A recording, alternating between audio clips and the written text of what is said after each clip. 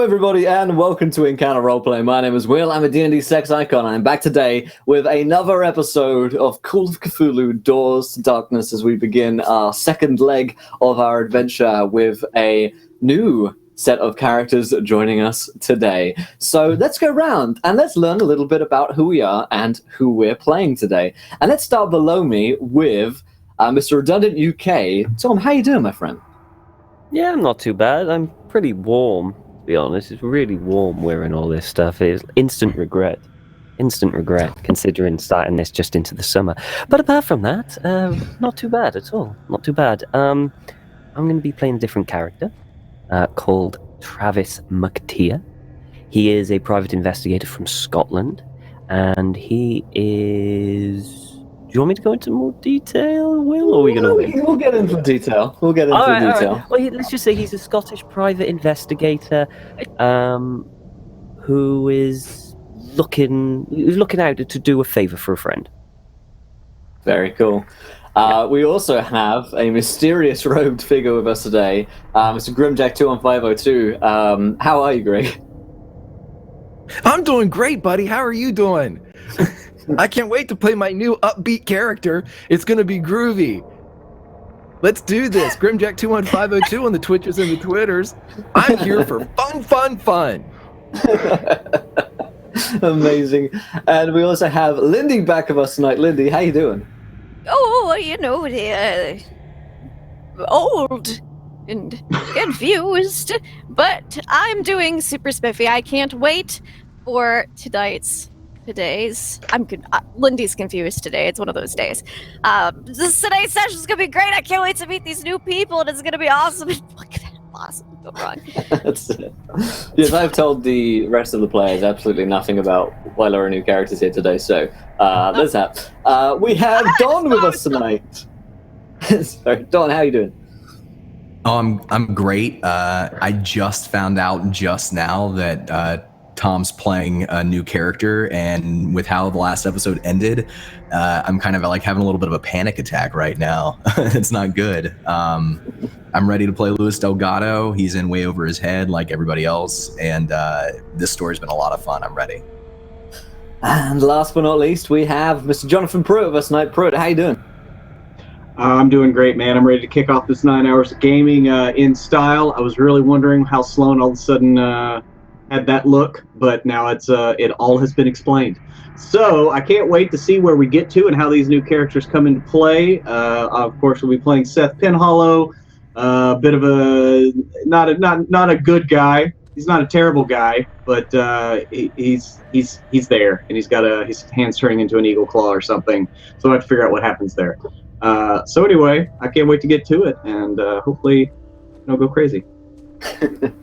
Absolutely. So, before we dive into today's game, I'll remind you guys that we are sponsored by Fantasy Grounds, our virtual tabletop of choice. All of the handouts, all of the tokens, and the images and maps you see are using Fantasy Grounds, and using the Doors to Darkness module from that as well. So, highly recommend it. It's been a lot of fun playing for it so far.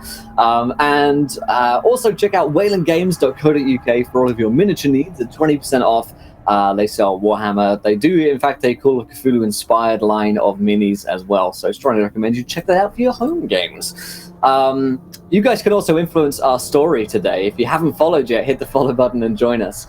When we hit our next follower goal, you guys get to decide what happens next in our campaign in a viewer decision. And in Call of Cthulhu, viewer decisions can be incredibly nasty and deadly. Or they can involve Ryan Hawks, which seems to be the case almost 99% of the time. Also, here is the tweet for you guys as well. At 20 retweets, we'll have another viewer decision for you guys to screw with the party. And you can donate to affect the game as well by giving players nat 1s, nat 20s, and wild magic surges, and of course, worse. I'll remind you guys what happened last week on the show. If you are worried about spoilers, you haven't watched last week's episode, here they come. The party managed to escape the Squatters Lake Motel after having an encounter with a hideous abomination of a creature there known as an avatar of Glar Aki. The two Brophy brothers, almost undead abominations themselves, murdered Lewis's boy Rufus in a ritual sacrifice. and the party managed to flee, setting fire to the motel as they fled, making their way to Kingsport because several of their party were incredibly injured from the shotgun blasts of the Brophy brothers and the spines and spikes of the avatar of Glar Aki. They ran into a bit of problem getting there along the way, but managing to get into Kingsport Hotel, one Mr. Seth Penhollow had a conversation on a phone with Prospero. Prospero told Seth that he should leave the hospital immediately because there are people there coming to kill them. Panicking, he told the rest of the party and managed to hit the kind of fire escape and fire alarm and cause a mass panic in the hospital. Unfortunately, as they were doing so, all of the windows and glass imploded and soldiers began to come through and essentially murder everyone in the hospital in a bloody and gory scene of the hospital staff and patients being murdered in Kingsport. It was almost Lewis managed to get out with his friend Castor Edwards and his monkey Laszlo. Unfortunately, one of these soldiers in a death mask helmet shot Castor in the forehead and the monkey Laszlo dead as well. They managed to escape in the car, get away and from Kingsport and into the woods, and managed to get back to Arkham the next day. In a cafe, they unfortunately managed to run into Prospero once again, who struck a proposition with them. He wants to know the location of the Necronomicon from Sloane, as does everyone, and has told the party that they have been betrayed by someone within Caligula, the organization that they work for. Both the Symphony and Caligula are interested in location of the Necronomicon, the single most powerful artifact in all of the world, and it seems as though they have been betrayed and put here so that the Symphony can get Sloane and get the Necronomicon. It seems to be what they're most interested in. Sloane has begun to cast a spell in somewhat secrecy to get out and hide himself away with the location of the Necronomicon, whilst Mildred has a conversation with some of the elders of her own order, the Believers. At the end of the last episode, Prospero took in a deep breath and almost like breathed in the aromas as Sloane completed his ritual, and Prospero smiled, now knowing perhaps the location of the Necronomicon. So that is where we're going to pick up. But just in a moment, because first of all, we have something else. We are going to meet Father Carmine for the first time. So, Greg, tell us where we find you, and please describe what Father Carmine is doing at this point. Well, you would see Father Carmine. He's maybe 5'10", but he's dressed in the friar, the abbot clothing of his order. And as he's walking through this New England town, he stops for a moment, and as a postal carrier passes by, he offers a letter. The postal carrier seems not to look at Father Carmine, but takes the letter and puts it into his pouch. Father Carmine will then move through into what looks to be a boarding house of some kind. And as he opens a room, it is very Spartan. There's no luggage, there's no decorations of any kind. And he moves to the sink in the same room of this bathroom, and he begins to stare into the mirror above the sink.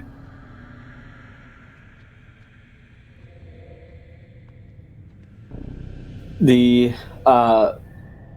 mirror,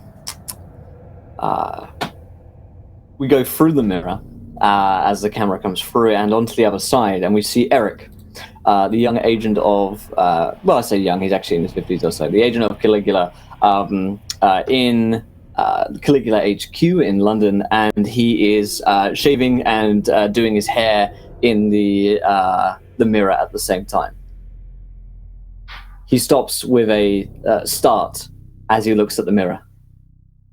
What? What is this? For generations, Saint Francis has provided warriors to Caligula. We were partners, Eric, warriors in the war against the pit. But you betrayed us. My boys, my sons, are gone because of your arrogance. I'm going to do what you could not. I am going to end the symphony. But then, Eric, I'm coming for you. Every stone of the foundation of Caligula will be sundered. Ashes to ashes, Eric. And dust to dust. And through the mirror, he reaches through into London and grabs Eric around the throat. He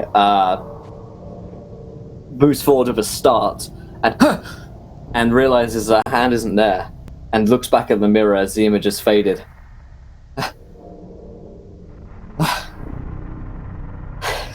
Just a dream. I have to get some more sleep. He looks shaken and turns, goes into his pocket and checks his stopwatch.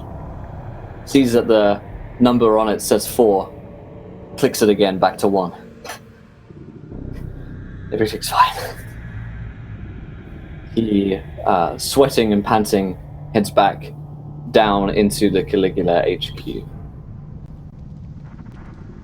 Alright, back to our scene in the coffee house. Prospero has sighed a deep breath. At last. And at the same time, in the other room just behind him, Sloane opens a black tear.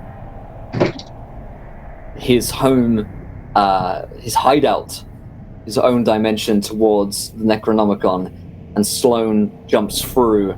Almost instantaneously behind him, the seal and rip closes, and Sloane is gone. Mildred, you watch all of this, and Prospero just kind of like slowly opens the door with a predatory grin.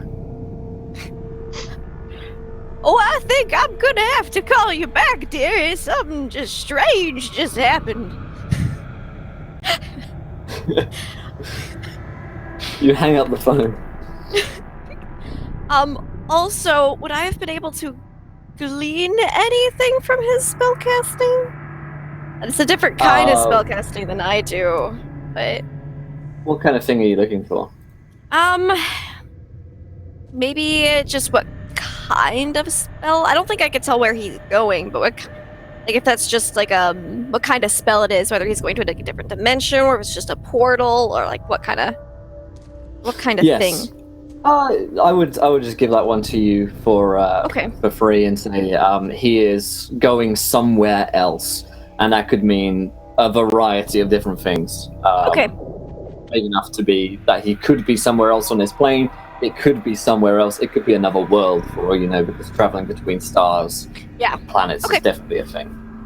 You watch him go. Prospero kind of like slowly creaks open the door, and you see his little kind of white mask face and grin behind it. It's Crabapple. Perhaps you'd like to join the rest of us now. I just finished my phone call. Yes, indeed. I don't know what happened, but oh dearie. Hobble on out. It seems as though your friend has abandoned the rest of you. No matter, that has granted you all clemency. Well, that's good, Mr. Prospero, but do you know where Sloane went? I mean, he was certainly running from you, but we should find him nevertheless. Where he's going, you won't be able to find him. But that's fine. I will wait. Prospero always waits. But for you, this means that the rest of you are safe for now. Symphony have no desire for you. Only the information on the Necronomicon. Were you able, I mean, you look like you knew what what he was doing, even from the next room. I mean, you know where he went? You know that we can't go there. You can't. But there are others who can. So that means that Information you... is highly valuable. But that means that you do know where he went, though, yes? Perhaps so. And he's kind of like... Seth starts kind of looking at his hand. He's like, so I did what you asked. I led you to the Necronomicon. I mean, it was by accident, but certainly, you can reverse this, right? He looks at you and kind of like turns his head a little bit. You have been useful so far. And he kind of reaches a hand out towards you. And you watch as the talon-like hand almost kind of like transfers itself back, as if it were stuck in stone before and is now released. And he says, But remember, our deal is never done, Mr. Penhollow. Yeah. Starting to get that impression, yes. It's okay. Seth will, like, go back to eating nervously. Continue to be useful, and I reward my cattle.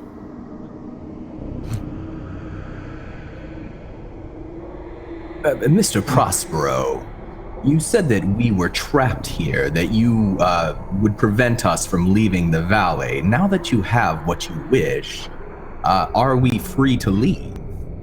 Well, of course. I am no torturer or detainer of people. No, I merely bargain information. Now that I have my information, you are all free to go. There is a letter which was sent for you.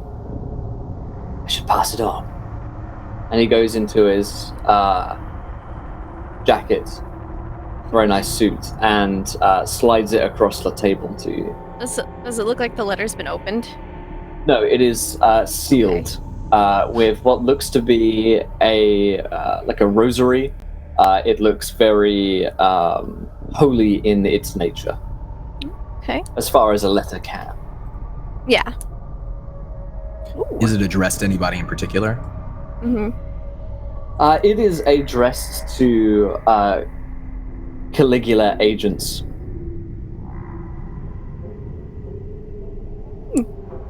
Yeah, I seem to have missed. I could use my knitting needle as a letter opener, I suppose.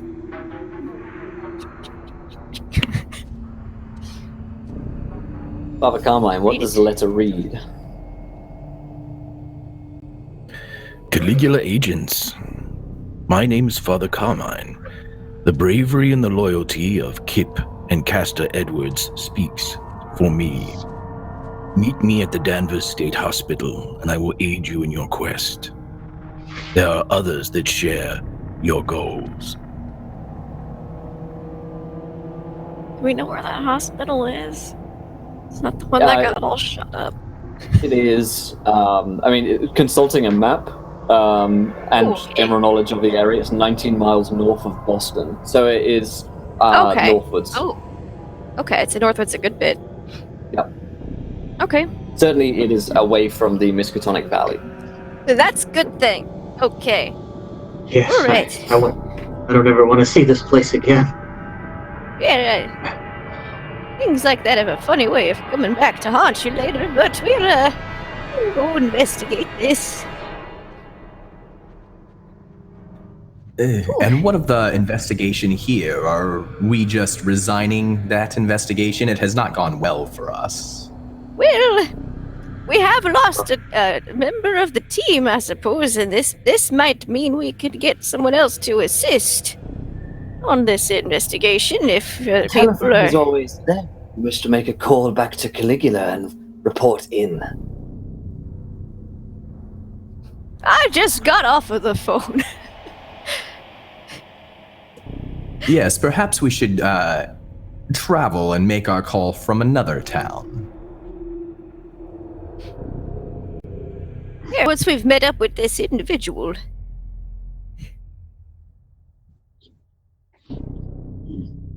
Bye. Yes. Is there anything else you need of us, Mr. Prospero? You're just standing there. Quite the opposite. I need nothing of you, but fear not. I will be in touch. And I'll be listening. It's been a pleasure.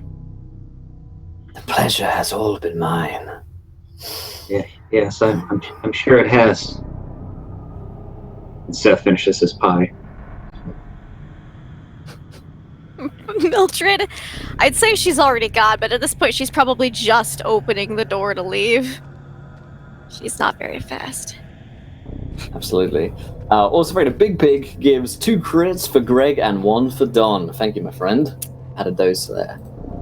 Totals there. Okay, so you guys step out of the cafe that is apparently owned by Prospero as well. And talk to me about how you're going to make your journey northwards to Danvers State Hospital. Well, I have to tell Cassandra that we kind of destroyed and lost her car. I'm happy to replace it for her. You're too kind, Mr. Delgado. Such a Shall we mess. just take should we take the bus or the train? I mean, is there a train? What goes up? You can take a train up there. Yeah, trains. Trains are a great mode of transportation. It's definitely the Perhaps cheapest way to get there and easiest. Yeah. Perhaps some new clothes. We've been traveling and tracking through the mud, and if I'm going to be on a train and be seen by the public, I would like to at least be clean. Oh, well, perhaps. I just happened to have finished knitting this sweater for you.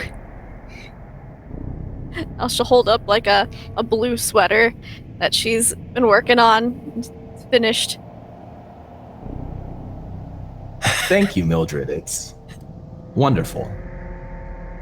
Yeah, it should be your size. Just kind of, he'll like hold it. He doesn't put it on, but he just kind of holds it. Yeah. Keep you safe. She kind of just pats you on the arm. Thank you. But still, a shower at least. Surely we could get a quick room, freshen up. Well, get the some only provisions. inn in town is above the Black Dahlia. Oh, yes. Well, you are the agents and the experts. I will follow your lead. A train ride wouldn't be that long to get up there, right? Just a couple of hours. Yeah, probably take you a few hours to get there, maybe 3 or 4. Yeah. Well, let's take the train. It's only a couple of hours, and we can get cleaned up before we meet this fella, and it'll be all good. And I know I'm gonna stay in this town longer than necessary. And Mr. Delgado, I know that you don't want to be seen, but perhaps we could change like on the train. He knows things. He has people watching. I don't know if it will help, but it might. But yes, of course. Good thinking, Penhollow, Mildred. Let us not wait around then. Let's go meet this mysterious new whomever he is. It's Father Carmine. I believe I read. I should write that down. Okay.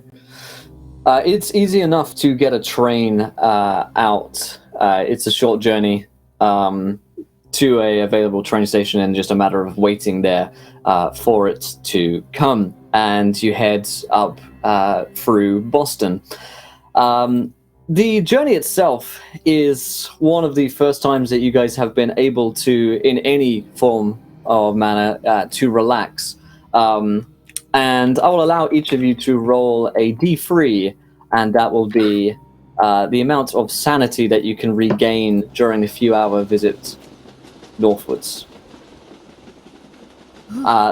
There are other visitors and travelers aboard the trains in these carts, and you guys can probably afford the nicest available tickets in the first class with Mr. Delgado's money. and so you can keep to yourselves for the most part. As you arrive, Danvers State Hospital doesn't have a train stop itself, but you can catch a bus towards it. And Mr. Carmine will have given you the location of his lodgings, so you don't have to meet him directly at the hospital itself. Yeah, He's that's staying at a simple kind of boarding house / kind of hostel at the moment. We're going to cut upstairs in this room to where Father Carmine is, along with another investigator by the name of Travis. So Travis, why don't you tell us a little bit about yourself? Travis is from Scotland. He's a private investigator for the McDrew PI agency. He basically has received a letter from his friend Larry, basically asking for help.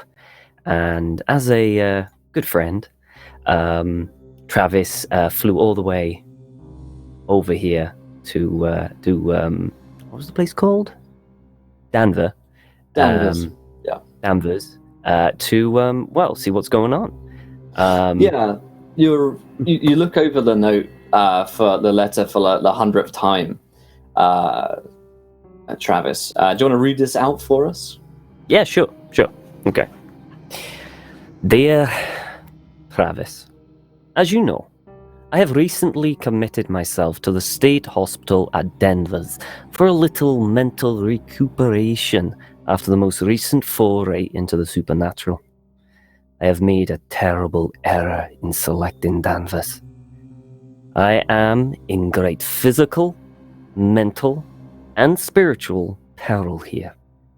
There is a wrongness about this place. They will not let me leave. I must sneak this letter out to you as they read the mail here. Please, come and recover me from this dreadful place. It would be wise for you to bring companions, as coming here alone is a mistake. Your friend, Larry Crosswell. So you read it out again for the 100th time that you've been poring over this. Your old acquaintance, Larry Croswell, who in his time has been an author and probably helped you along in various cases on just background information and knowledge. He's also a historian, which means that he's been very helpful across the years with various kind of different... He's a talking head, basically, that you can go to at any time and give him a call, and he's always there to help you out. He apparently has put himself in here and now can't get out. And you've actually met up with Father Carmine when you got here. And when you were beginning your preliminary investigations around the hospital itself, you ran into Father Carmine, maybe at a library, maybe around the area or just at this boarding house, and realized that you both have similar intentions to investigate the hospital itself. Father Carmine's here with you now and has sent word to apparent friends or potential colleagues of his that can help you. This is where you find yourselves this morning. When Father Carmine would see Travis reading the letter again, he would step forward and not necessarily put his hand on Travis's shoulder, but he would just reach out comfortingly and say, "You'll find your friend. Do not fret.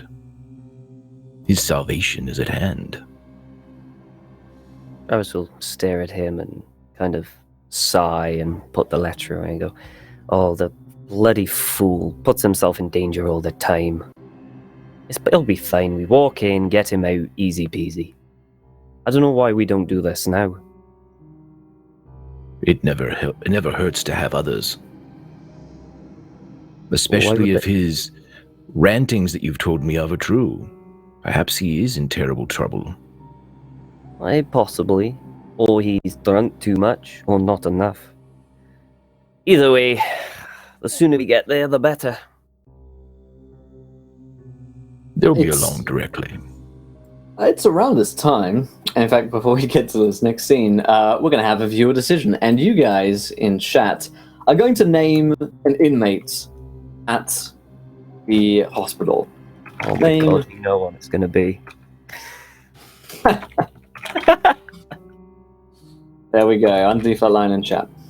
As you guys are having this conversation, there is some noise downstairs, and we cut downstairs to the hostel reception. There's a podgy and balding man in his 50s who runs this place. It is particularly rickety. No one really wants to stay outside of an asylum, and it really is just across the street from it. So very hot kind of day, and as Mildred and Seth and Lewis enter, he kind of looks up from his glasses and says, "Oh, yes. Oh, visitors, come on in. Can we get you a room for the night? This is the loveliest place you'll find in all of the area."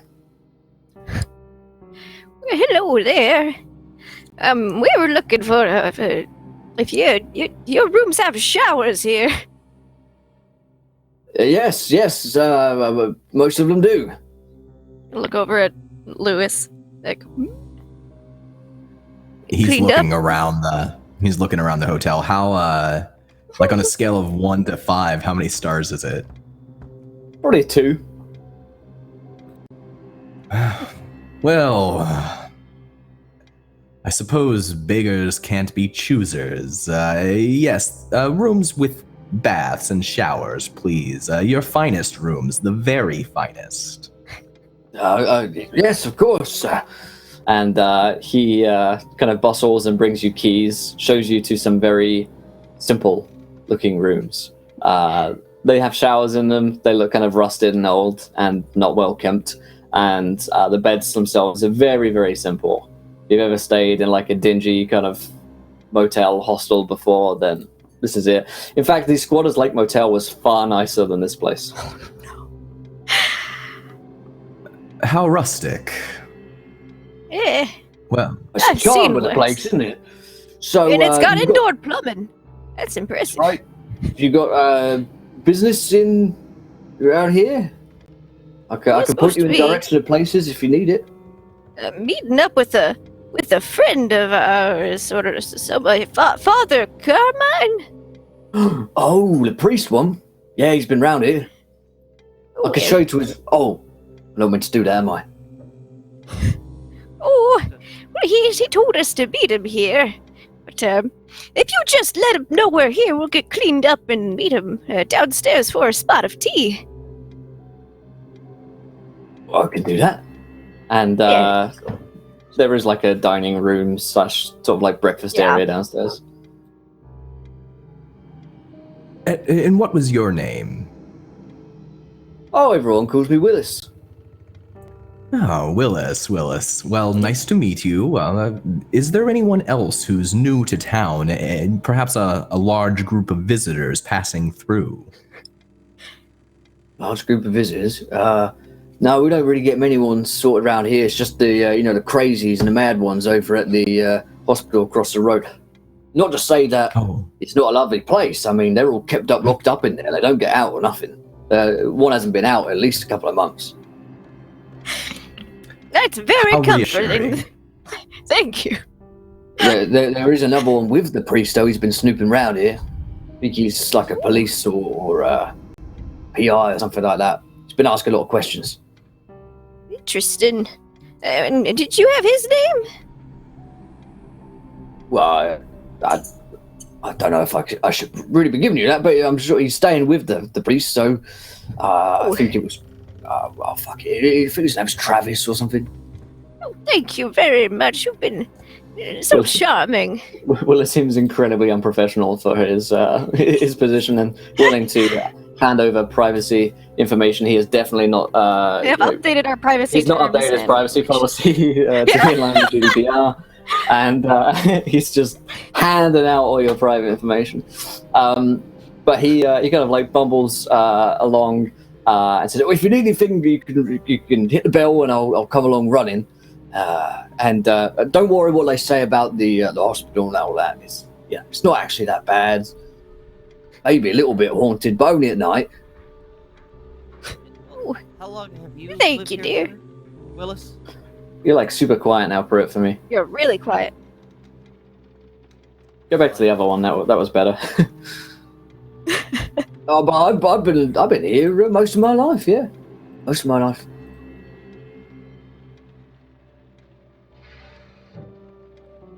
I think you're muted. Have you Don. ever There you go. have you ever been inside the asylum yourself? Do you know the layout intimately? No, not at all. Never been in. Oh, Not many people do. I mean, unless you're crazy, which I'm not. Of course of not. course not. It's just a quiet little town, really. You know, hospital's been here for a long time, I think, and this whole kind of community's grown up around it. Well, that's good brings jobs to the community. That's it, yeah. It's true enough. Well, breakfast is at 6, and if you need anything, you know where to find me. And Willis just kind of like bumbles along down the end of a corridor and dum-dum-dums on Travis and Father Carmine's door. You suppose he's going to tell him that we're here? Yes, I do. I do think he'll tell them. He doesn't seem to lack forthcomingness. It can be a benefit and a downfall. Let's get cleaned At up the real knock. quick. Oh, yeah. I was gonna say at the knock on the door, Carmine would stand and put his hands in his sleeves and kind of nod towards Travis, like, "You are me." Sure, you do it. Carmine goes over and answers the door. Willis kind of like looks a little bit taken aback as well at your appearance. He hasn't quite gotten used to it. And he's like, "Oh, sorry, Father, your Highness. There's a bunch of people here who are asking for you. There's an old woman and a sweet-looking guy and a guy in a really nice suit. And they said that they're here to see you. So I told them who you are and where you are, and that they can meet you downstairs, but they're actually just over there." Thank you, Willis. God has given you the gift of a free tongue. And he looks back towards Travis and nods, and he'll walk towards the lobby. Yeah, Willis kind of bumbles down the stairs. Yeah, Travis will follow.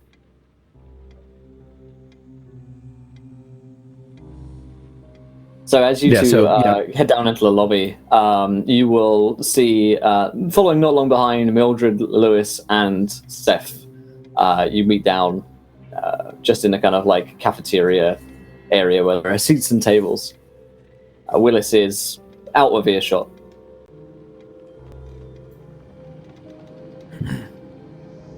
So are you? Hello. I assume you're Father Carmine? Yes.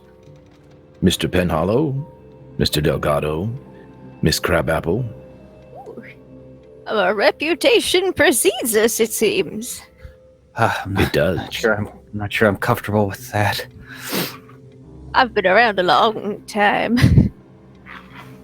These People were just your know Allow me- things. other people. Yes, Travis, these are the others. They knew my boy, Castor. Your boy. All right. Where is he? Ooh, Yeah, at the mention of Castor, like it's Seth, you see Seth grow visibly pale and kind of like look away, just like. where's Castor, your son, Mr. Carmine? I have some grave news for you. I already know, Miss Crabapple. That is why I'm here. Oh, Oh, I'm sorry, lad. Finish his Father, work. was he your actual son or your son in the church? He was my son before God. He As in, like, and his brother. before you came to God, or before?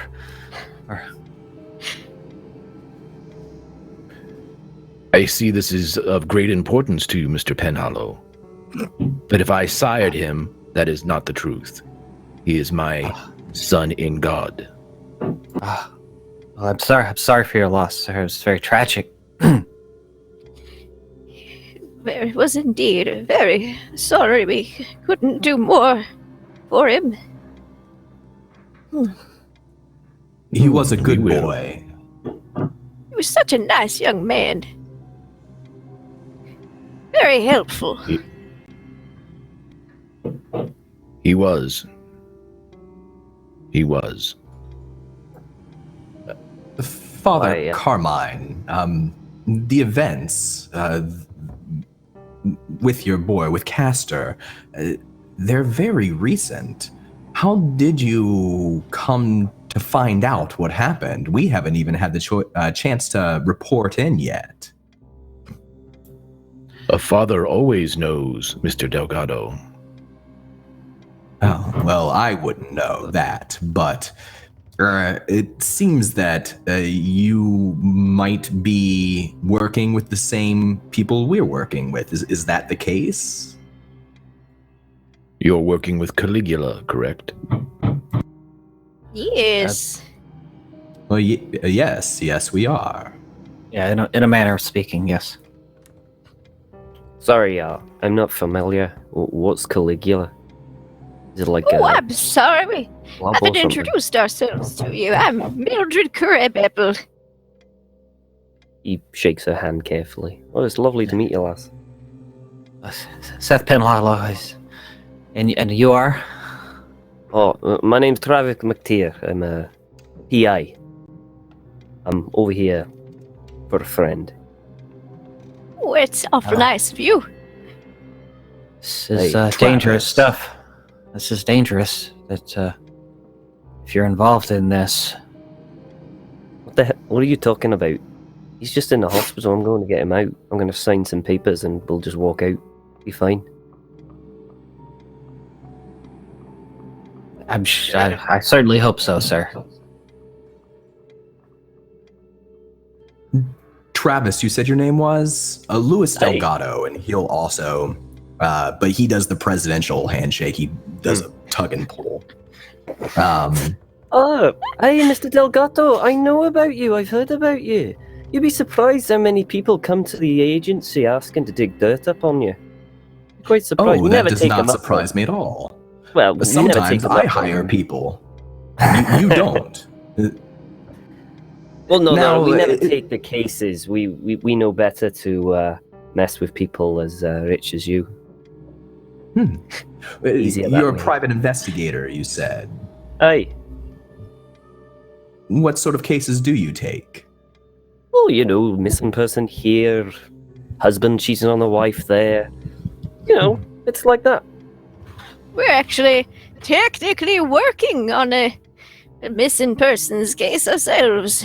We haven't gotten very far. Indeed, there's a nice young man who apparently went missing on the way to visit his girlfriend. Skipped right out of school. Right, well, once we get all this done, I'll be happy to go through what you got. Maybe I could give a lending hand, maybe a few clues here and there.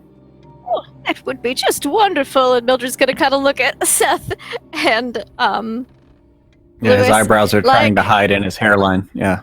like, see, I told you we had to get a replacement.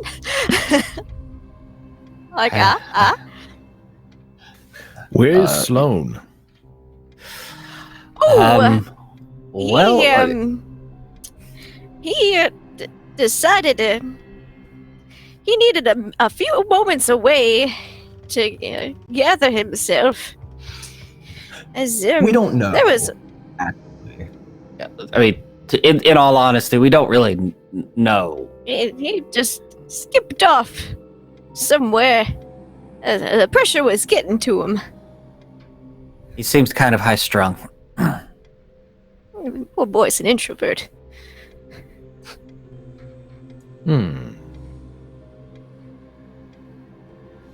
Well, now that we're here, what can we do to assist the two of you?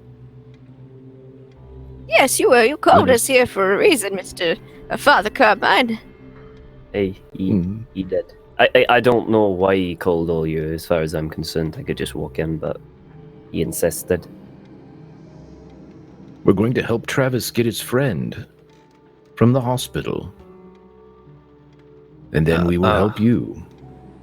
Oh, Okay. that sounds mutually what, beneficial. What? I mean, he just said that he just needs to go get him out. So what help could we possibly provide? I mean, I'm obviously willing to help any way I can.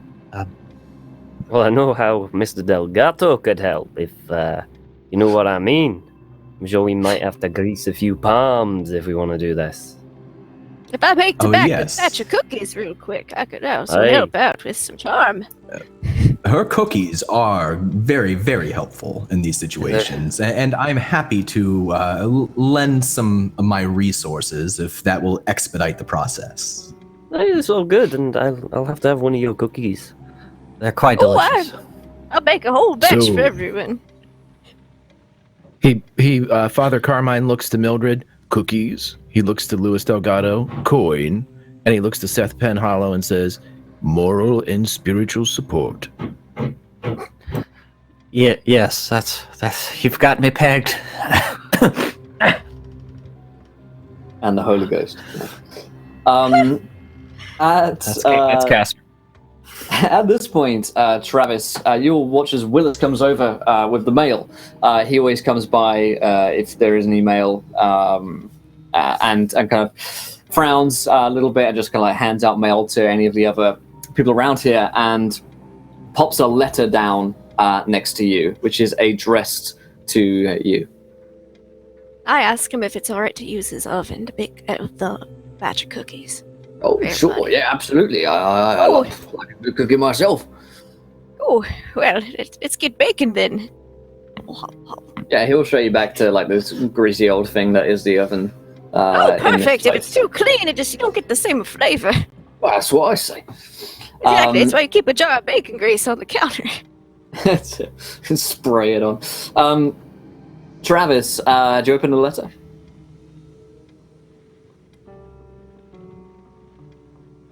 Travis, do you open the letter? Sorry, it was to me. I thought it was to the father. Nope, it is addressed to Travis McTire. Yes, I open it. Sorry, there you go. I have shared this with you. And feel free to read this one out. Hey. Dear Travis, please disregard my earlier letter to you. I was having an anxiety attack. Everything here is fine. Do not come here. I need more rest and counseling. Thank you. Sincerely, Lawrence Crosswell. Lawrence. Indeed. His full name is Lawrence. You know him colloquially as Larry. Yeah. Well, that's weird. He would never call himself Lawrence. Well, not to me, anyway. Well, that's unsettling. I mean, odd things have been happening lately. Maybe we should go and check on your friend. Suddenly Hey, changing. that's a good idea. It's a good idea. Something else you'd know is that while this letter is written on a typewriter, Larry never used a typewriter. He would always dictate his manuscripts from longhand notes and give them to a hired typist. So this is unlike him to use a typewriter himself.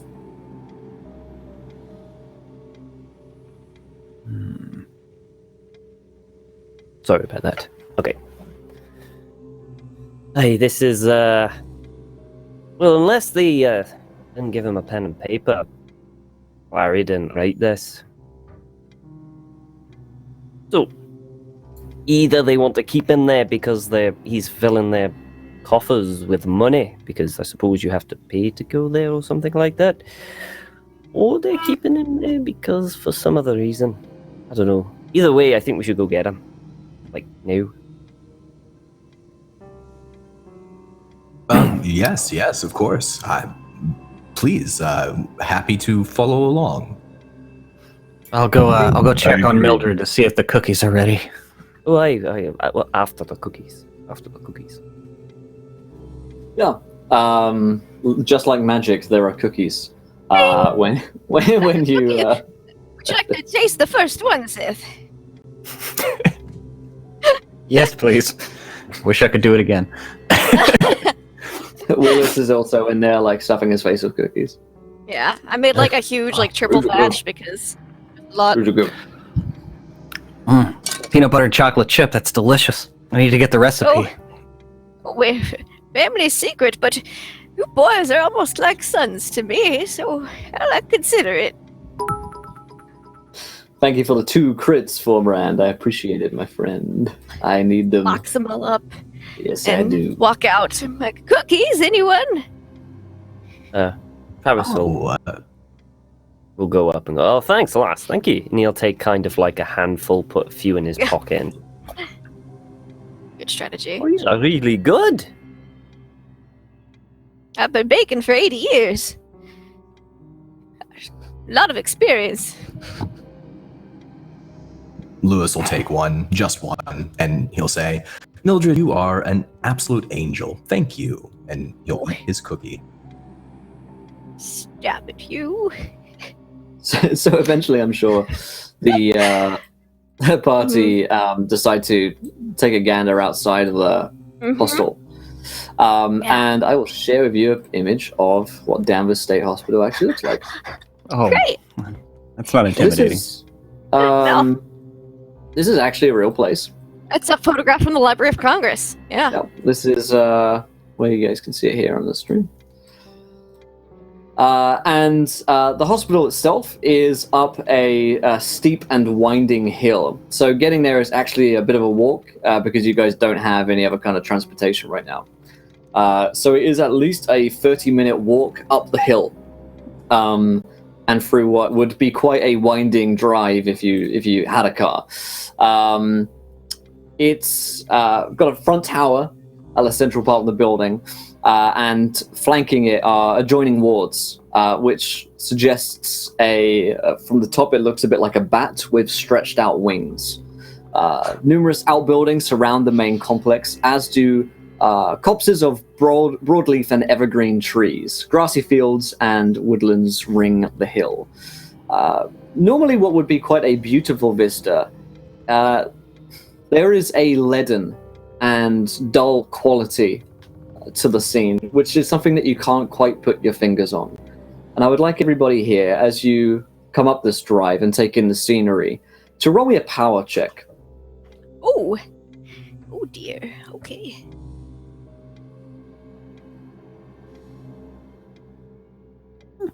I'm gonna spend 3 luck to make it a success.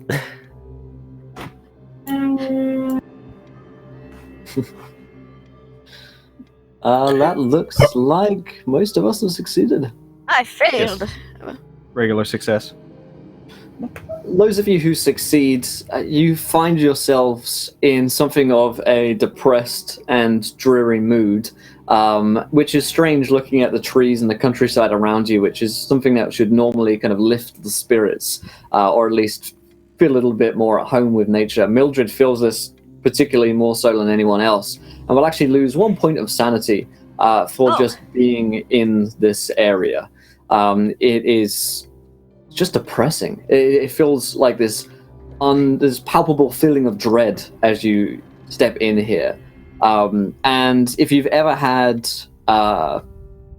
that feeling where you just don't know why, you just suddenly your mood just turns, and you can't think, there's nothing which actually should be like bringing you down right now. That is the feeling that you get when you enter this place.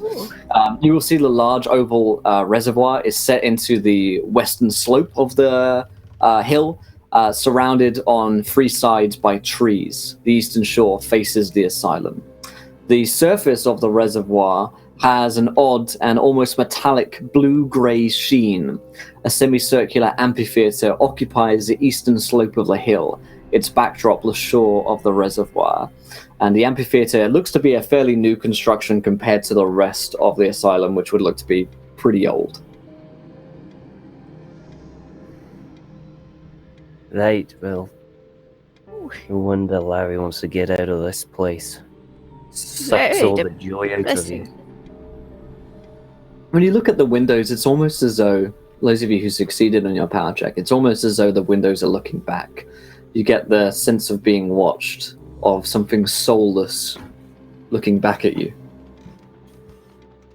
I don't like this place. We should make haste. Hey, get in, get out as fast as we can. It doesn't like us either. You sense this too, Father? This is a place of sorrow and misery. Even in the best of days and times, it's going to be waiting.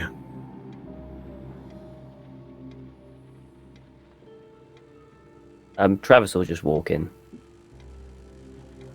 I sad shuffle it with my tray of cookies. Father Carmine will hold Mildred back as the others go in. It's not hard to do. Right. Yes, Father Carmine. Mrs. Crabapple, are you prepared? Well, I'm prepared for all sorts of things. I've seen a lot in my time. Not much Of that I am surprises very me. aware. Well, should you need it, I can aid you. Oh? In what way? With your gifts, and not those in the kitchen. Oh.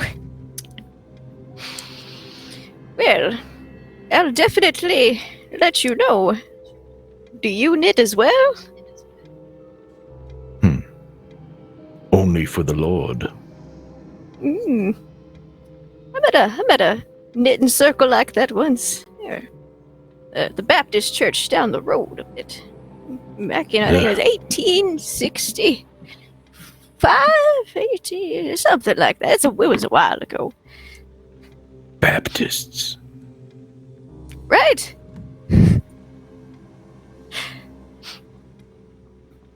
She'll shuffle in. She will like grab his arm though for some support. These cookies Yeah. are heavy. As Yeah, he you- will offer it. Yeah. As you cast your eyes over the reservoir, there is something there which harkens back to the Squatters Lake Motel, for those of you who have been there. There is something similar about the waters which causes you to be uneasy about this place as well. As you step into the asylum itself, there inside is a cheerless interior of central administration when you come in. You'll notice a strong antiseptic odor and freshly mopped floors. There are grill works which cover all of the windows, and listless gown-clad patients slump in wooden chairs or shuffle about aimlessly. A severe-looking desk nurse looks over at the group of you as you walk in. She does not look pleased to see you at all. Well, hello there, dearie. She looks at you and Thanks. says, "What's going on? We're not expecting any well- visitors." I have brought a bunch of charity cookies for the patients here. Looks like they could use them. And, the doctors and nurses that might be interested in a snack. Baked fresh just a half hour ago. I see. And my friend here, I believe he wanted a word with one of you. Do you have an appointment here?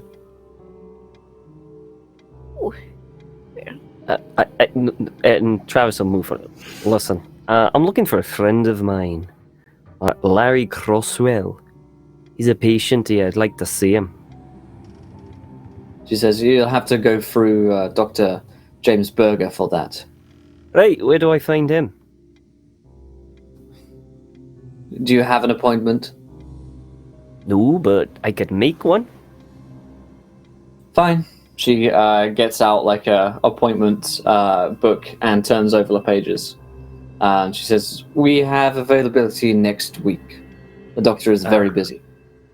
You see, slight problem with that. You see, I've got a flight, tomorrow, and I really need to see him. I really need to see my friend. So, is there anything you can do? Maybe I only need like 5 minutes, if that. Just a quick chat. Persuasion. I don't know. I don't think I'm very good with persuasion. I think I'm rubbish. really good at it. And, I'm terrible. I'm gonna nat 20 it. Yeah, nat 20 it. I've got 3 of them. Nice. Yeah. She will kind of look at you and fine. You can see him now. Just you can't be long. Important research to be doing. Lots of patients to look after. Hey, of course, and thank you. And She Just shows these you through cookies here for you. a door. Yeah, some of the patients will come over and start kind of like taking them. They seem to be heavily sedated, or just in natural stupors. They do not appear to be particularly there. If anyone has been to a place like this before, it's not an uncommon scene that they are pretty heavily drugged up. But they do not seem to be like they're trying to harm anyone. They look pretty happy. There's kind of little smiles on their faces. You'll be shown to Dr. James Berger's office, and that's Berger. She'll knock on the door, and you hear her, "Yes, come in." And you'll see a stern-looking man in his mid-30s, dressed in a white lab coat with an officious-looking clipboard at his side. His office has several framed diplomas and certifications, a large desk, several overburdened file cabinets, and a curious painting of St. George and the dragon. In this version of the painting, the dragon is mauling St. George. His eviscerated horse lies nearby. It's particularly detailed and quite gruesome, and probably quite old as well. You'd suspect to be fairly valuable. And Dr. Berger looks up from his notepad with a frown. I was not expecting any guests. There's no one on the books. Sorry, this is gonna like a quick. I've got a friend. Sorry, my name Travis McTeer. I'm here to see a friend of mine. I've never heard of you, and you're not on my appointment. I'm afraid that I have to go in almost a few moments here. You must make it very quick. All I need to see, lad, is just my friend. That's all I need. Who is your Won't take friend, a few and why minutes. haven't you made an appointment to see him? Well, you see, it was more of a kind of rush job. You see, I was in the area, and I just recently learned that he was in here, and I've got a flight to catch tomorrow, and I kind of really need to see him. It would be wrong of me not to see him. Surely you must understand. I'm not from around here. I don't know when I'll see him again. On his clipboard, Mr. Croswell is particularly excitable and agitated. He is not allowed any visitations at this time. Oh, you won't get excited or agitated with me. We go, baby, back. You'll know me. If anything, it might help him. I highly doubt that. How do you know? You haven't tried. Father Carmine. I was about to do the same thing.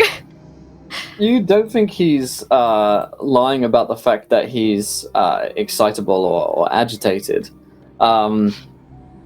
But you would know that legally you are allowed to see him. He's not allowed to detain him. No. Doctor, I am a man of God, not a man of the law, but I am aware of both. And the request has been given. It is your legal obligation to grant it. Fine. You can see him, but not for long. I don't want him to be disturbed, and his treatment here is very important to him. He will go outside, past you guys through the door, and order 2 orderlies to be attached to you. The 2 of them kind of like gruffly nod at the 2 of you, and he says, "Take them to Croswell. Don't let them stay for long." They nod and start to lead you through the halls. I'm going to keep my eye open, like potentially into rooms for any things, like any indications of, like abuse or something like that. I don't know, like someone being quote unquote treated or the state of the rooms that they're in. If it looks, Yeah. When you progress through the wards, the severity of patients' conditions correspondingly increases. It looks as though, as you reach J Ward, which is where Croswell is being kept, there are people around here becoming worse and worse condition. Before they look kind of sedated and fine. Now you're getting people shrieking, sobbing. You've got giddy laughter echoing down corridors. The stench of urine and feces is barely masked by the strong cleaning agents in the area. The doors are metal. A shocking number of patients, if you look in, lack fingers, hands, or even limbs. And one figure, as you're looking by, just stares at you with huge eyes looking out from behind the bars, just watching you as you go by in an almost predatory look. Reminds you immediately, Seth, of the look that Prospero would give you before, an almost hungry look. This is not to say that this is certainly shocking, but this is not to say that this is anything particularly out of place. The conditions in these places would not be expected to be very good, and your collective understanding of what medicine is probably, well, this is it. Probably just as well we lock up all these crazies. would missing fingers and hands be that surely got to be weird, right? Strikes you as maybe a bit odd. Yeah. But the violence of them, you kind of look in, and some people are just bashing their hands away at walls and stuff before people come and take them away. It's possible that you could lose fingers doing that if you tried. Limbs maybe not, but you'd suspect that there's a certain level of violence that goes in, maybe similar to prison conditions in here. The two orderlies bring you to cell J12. And in fact, as you guys are witnessing this, I'd like you all to roll me a sanity check. At this point, I'd like to mention that Father Carmine has that ability where if there's any type of grievous wound of a body, is this more of a mental thing, or is this more of seeing the digits was the sanity? This is a mental thing, yeah. Not the digits themselves wouldn't lose you a sanity check. I saw this kind of thing in the Civil War. I rolled a 2. Lewis failed. Yeah, Travis failed. No used to this. Seth is becoming more hardened as the adventure goes on. Mm-hmm. Father Carmine succeeds. Nice. For those of you who succeed, you lose 3 points of sanity. For those who fail, you'll lose 6 points of sanity, gaining you a temporary insanity rather. Which is to say that you want to be gone from this place. Everything about this place tells you that you don't want to be here. This is a place where people go insane, and you've seen enough to know that this isn't the fate that you wish to have. And the way that you guys have been going, this is where you would end up.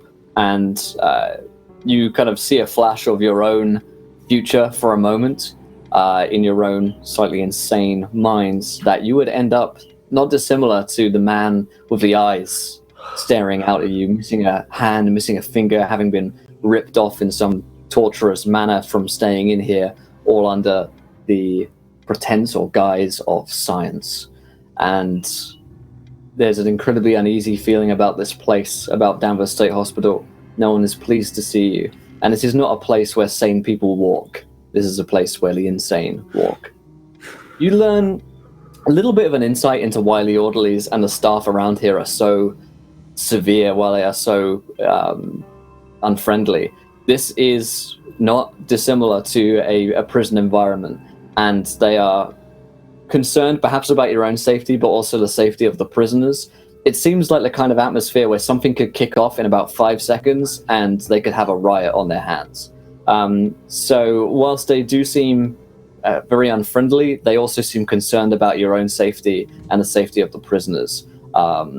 You perhaps underestimated quite how scary things were just to be walking amongst them.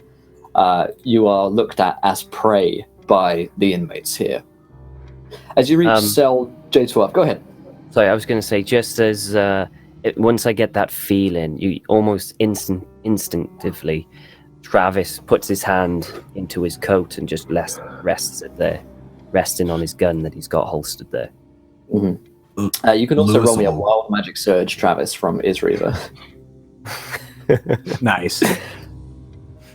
Lewis will grab the sleeve of Travis's coat and he'll say, Travis, your friend, how much do you care about him? Is it worth all of this? Because really, I don't understand why I'm even here. They let you in, you didn't need my money. Perhaps we should just wait outside and you can deal with your friend from here. I'm getting him out of here. I've seen what they do here and I'm getting him out. Yeah, I'm getting him out as quick as I can, okay? Oh, and please do, but what can I do for you? Anything? Because I'm beginning to feel unsafe. This is not a safe environment. Well, if you can go back to the reception and possibly bribe them to get him out, then feel free. Orderly, would one of you mind walking me back? I don't want to go any further. One of them kind of like stops, sighs, and will lead you back past Dr. Berger's office and back into the reception. The other orderly will stop and wait for his other companion to return. My apologies, friends. I will see you outside. And Lewis doesn't hesitate. He's gonna leave. Absolutely. You find yourself in the calmer safety of the reception with the brusque-looking nurse who's still giving you quite the frown. The return journey is like walking out of a nightmare, waking up from something, and you can finally begin to calm yourself down when you return to the reception area. For the rest of you, as the other orderly returns and your journey is continued, you reach cell J12. Inside, you will see Crosswell. They do not open the door, but they do open the shutter so that you can see in. He is in his 40s, but he looks very haggard. He does not appear to be missing any limbs or digits, but he does appear to be in something of a stupor. As the grate is opened, he kind of looks up with a start. Who's there? Larry. The orderlies wait by your side. Larry, it's me, Travis. Yes? Travis, you're here. You came. Hey. He like comes to the bars like very quickly and just puts his face up to it. Travis, you're here. And others are here as well. Well, you said to bring friends, so here we are. Hello. How long have you been here? I lost track of the time, truth be told. Could be a week, could be more. It's difficult to track the days. I tried for a while. But it's difficult. It's very difficult. I tried scratching it into the wall, but I've lost count of where the wall is. Hey, well, don't you worry, Larry. We're gonna get you out of here, right? You're gonna come with us, right? Yes, I need to get out of here. I need to get out of here. The two orderlies are very close and can easily overhear this conversation for reference. Let them. Yeah. You sit tight, okay? Is there anything you can tell me to help you get out? Why you're in here? What they diagnosed you with? The others, they're listening. They're listening. What the orderlies? They can hear. Hey, just whisper it to me then. I'm sorry. Yeah. Kind of looks very nervously and furtively about. Something is wrong here. All of the patients fear The doctor. They won't let me go. They won't tell me what I have. They keep drugging us. And he kind of like pats his arm. He says, Keep us calm. Hey, you sit tight, Larry. We'll get you out. Don't you worry. He said something to me. Something that struck fear into my heart. He said, I'm in for quite an experience. When the sky prepares to welcome the new moon. What does that mean, Travis? What does that mean? No idea, lad. No idea. Look, you just relax. We'll be back. Don't leave. Don't leave. Lad, I have to do it. I have to get you. Alright. I'm here. I had a friend here. He went missing. He stayed here for a while. James. What is his name? James. James. James who? I don't know. James. He was as touched as the others, but he knew what was going on. And they took him away somewhere. I haven't seen him since. Right, okay. But we gotta concentrate on getting you out. We can't get your friend out too, okay? Can I Yeah. pull out a photograph of James Fraser and... Was this your friend, dearie? James. Yes, that's him. That's James.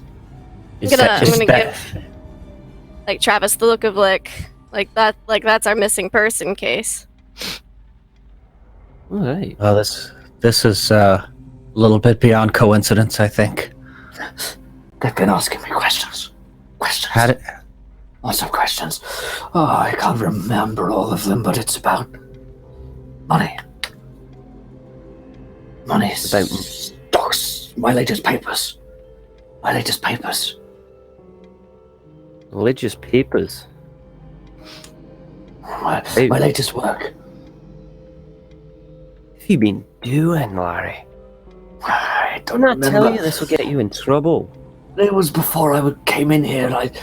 I did research and reading, and then I felt so bad, and I came in here, and then they've not let me go. Something very terrible is about to happen, Travis. I can't remember it in the papers. Maybe at my home. Alright, where you living? What's your address?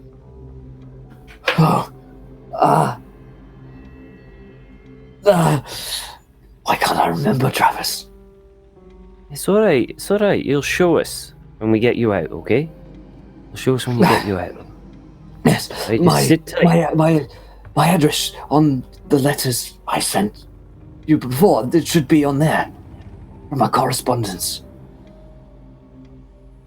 It should be on there. Right, okay. Do I still have any of those letters? yeah, you'd be able to find letters from Croswell in the past. You know, like the return address would be on it. Okay, cool. Right, Yeah, it's okay. it's in Boston for reference, so it is Okay. 20 miles south. Right, lad. We'll just sit tight. We'll be back to get you out, okay? Yes. Good. Thank you for coming. Hey, no problem. Right, let's... Larry, how did you know James? He was in here with me. He was here too. They were asking him questions. Same thing. Money. His father has money. It was all about money. I don't know why. Ugh. The machines. The drugs, they make me forget. Machines? Mm. What kind of machines? Shock. And they make me Get you out of forget. here. And then they pump the poison into me and then I forget some more.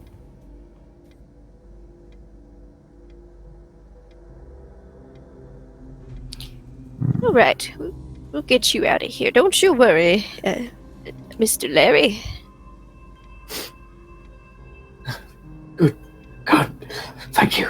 He said something else about money not meaning anything anymore or mattering. I don't understand any of it, Travis. I just need to get out of here and I'll feel better. I'm sure of it. I know. The two orderlies, one of them says, "Time's up." Hey, we'll be back soon, okay? Please. We would like to bring this man with us. With your presence here, we can take him to the front. The orderlies both shake their heads. No, we can't do that. Have to get doctor's permission to move anyone. It takes weeks. Dangerous. Does he look dangerous to you? Yeah, He looks scared out of his skull. he points back to the hall full of other roommates. Some of them are wandering out. Not a fucking chance. Come on. Do the orderlies have keys on them? No, they don't look like they do. They only just pull back the shutters.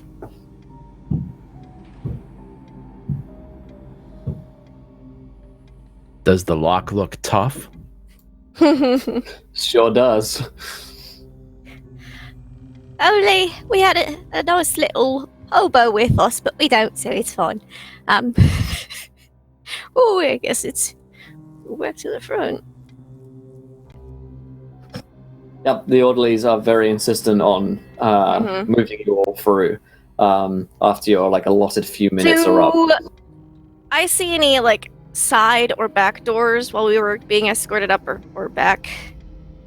You can roll me a spot hidden. Sure. You never know. Nope. Definitely not. Yep. Nope. Anyone else can Will, feel free to roll it. Sorry, I didn't tell you my wild magic surge roll. Oh, yes, of course. What'd you get? It was 2750. 2750. If okay, we're gonna say that you're it says if you are carrying a water skin, it can now hold 10d10 gallons. We're just gonna say that you've got a hip flask or something on you that can. It's from the Mukdru agency, and these things seem to be able to hold a lot of whiskey, more than is humanly possible. That's where Jack Deacon bought his flask. Yes. That's my type of hip flask.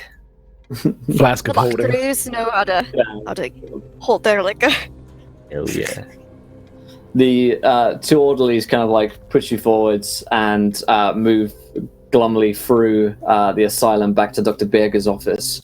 And as you come inside, they'll shut the door and be waiting outside. Berger looks up again from his clipboard and says, "Yes, this really has to be very swift." Ooh, well. Oh, Hey, I want my friend. I'll be taking him home with me. Shakes his head immediately. That is not able to happen. We'll make it happen. He does not take well to that kind of tone. He says, "I am legally allowed to hold any inmates here that need more treatment. As he has put himself in here, he is now given up the right to hold himself here. It is now under my command and control, and I do not see fit to release Mr. Croswell at his current state." You haven't even He's told him good. what's wrong with him. That information is incredibly private. Yeah, well, you'd think that you'd tell him. I have told Mr. Croswell several times what is wrong with him. He does not remember a great deal. His mental state is incredibly fragile, and exiting him from here, it would be highly irregular. Did you know that he has assaulted several staff already? is he lying? That's a hard success. He's not lying. Okay. I'm gonna do a law roll to see if I can think of any way to try and get him out legally. 20, I passed. Holy crap! I wasn't It's pretty expecting good. that. Legally, yeah. You could do so. You would need a lawyer, and you would need time and money. It would be a fight. There is not haha, this law says that I can do it, and so forth is going to happen. You're pretty sure that even though you could do it, it would be a process, and it's not like the administration here are just going to bend over and let him out right now. they're probably quite used to fighting such cases as well. Something that you would know on that level of success is that at the very least there is a certain amount of like capitalist greed probably going on here throughout these institutions, in that they get a lot of money from keeping these people here. So it could be that he's just wanting to get more money out of Crosswell, who's probably quite rich. You can see Travis getting annoyed now, and he kind of slams his hand on the table. Listen, lad, this is how it's going to happen. A resplendent You're going to offering. get my friend. You understand me? I am not having him in this place a minute longer. I may as well roll and intimidate. Why not? Roll it. Doesn't happen often. Oh no, 77. I failed. Also, thank you to the 2 donates, £40. What am I thinking? Welcome to the crew, Father. 5 wild magic surges and 5 nats 20s to Father Carmine. Thank you, Latu. We'll roll at these wild magics here in just a moment. I've added the nat 20s. He shakes his head once again and seems pretty combative in this and says, "No, Mr. McTire, I'm afraid that I will not be doing that. And you have no legal right to be here. And now that your stay is over, I will ask all of you to leave. You are disrupting my work." And he calls out to the orderlies, and they open the door. One of them says, "Time to go." They look like they mean it. Father Carmine. Well-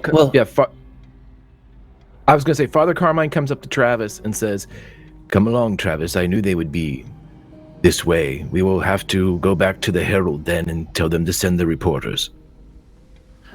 Well, hang on. We don't need to jump to that just yet. I mean, Doctor, certainly there's some way we could make it worth your while.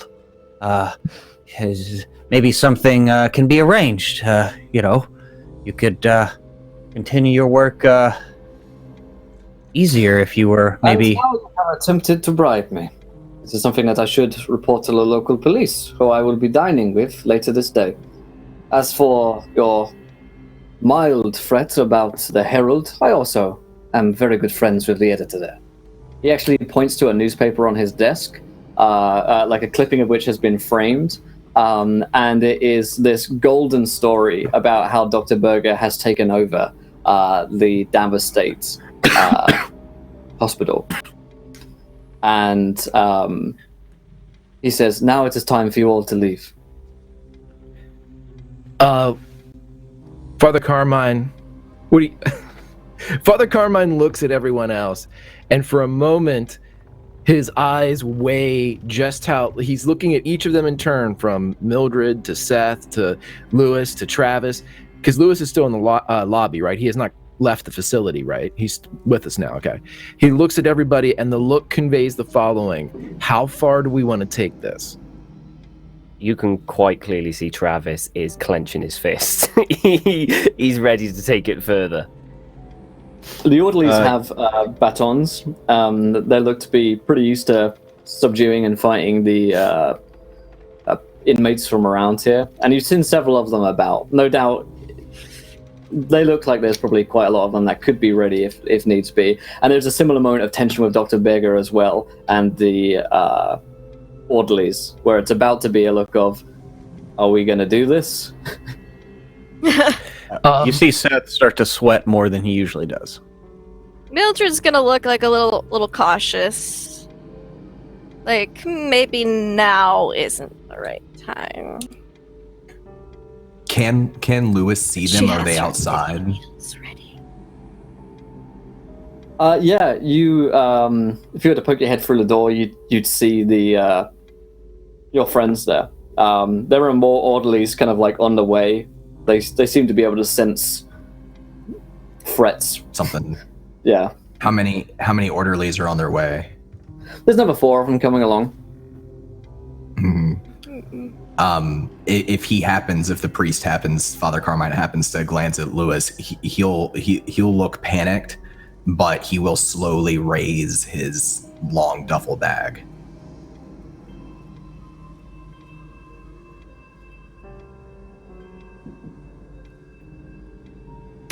Father Carmine makes the sign of the cross.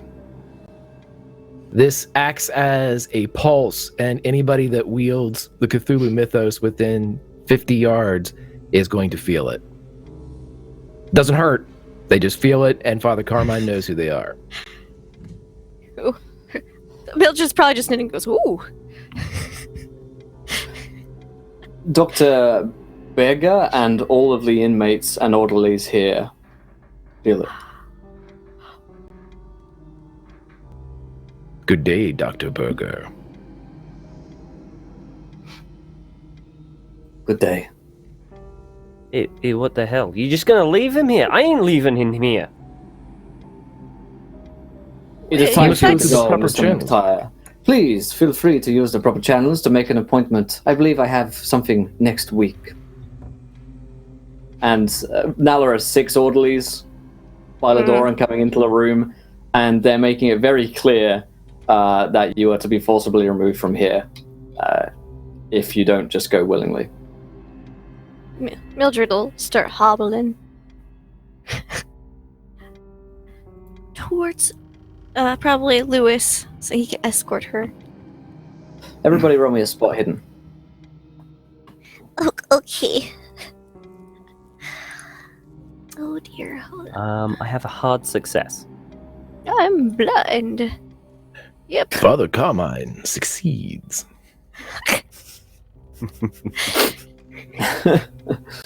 Regular You success for will- Lewis.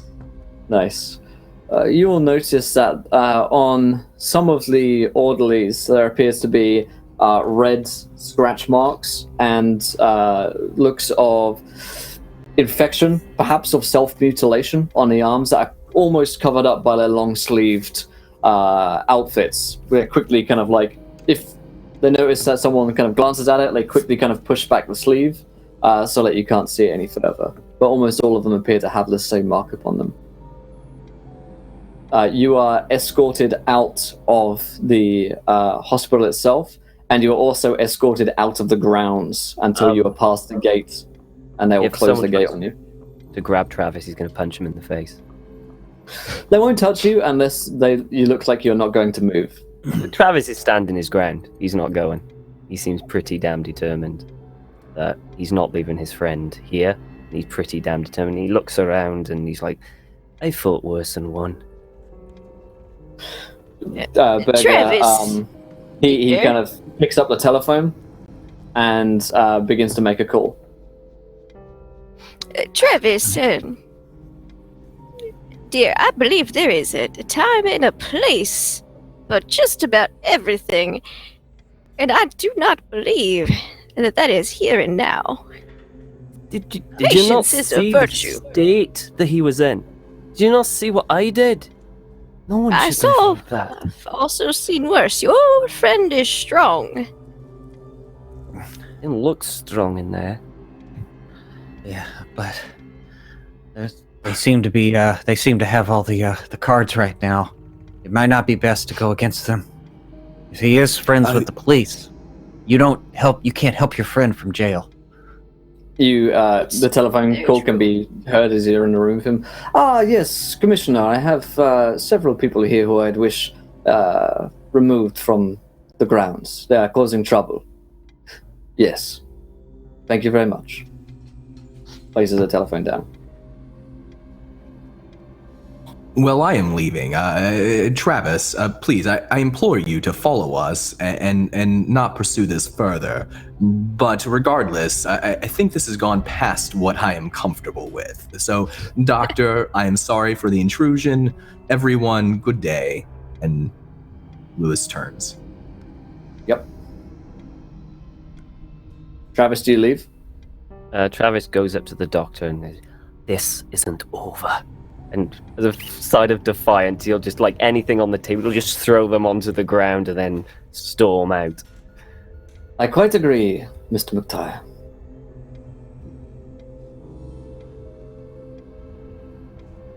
Father Carmine, you he's going to wait and make sure that Travis leaves, but he's not going to. He's going to back out of the room.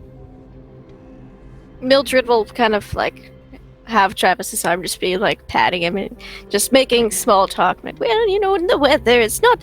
I think he'd prefer to come out on a less gloomy day. Just basically trying to keep chatter for the orderlies and also just usher him out.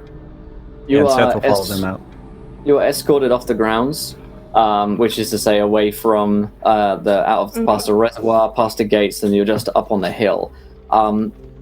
It's by the time you're out here, there is a pair of police cars who are coming up the winding road, and they stop briefly and eye you as several policemen get out and watch as you pass.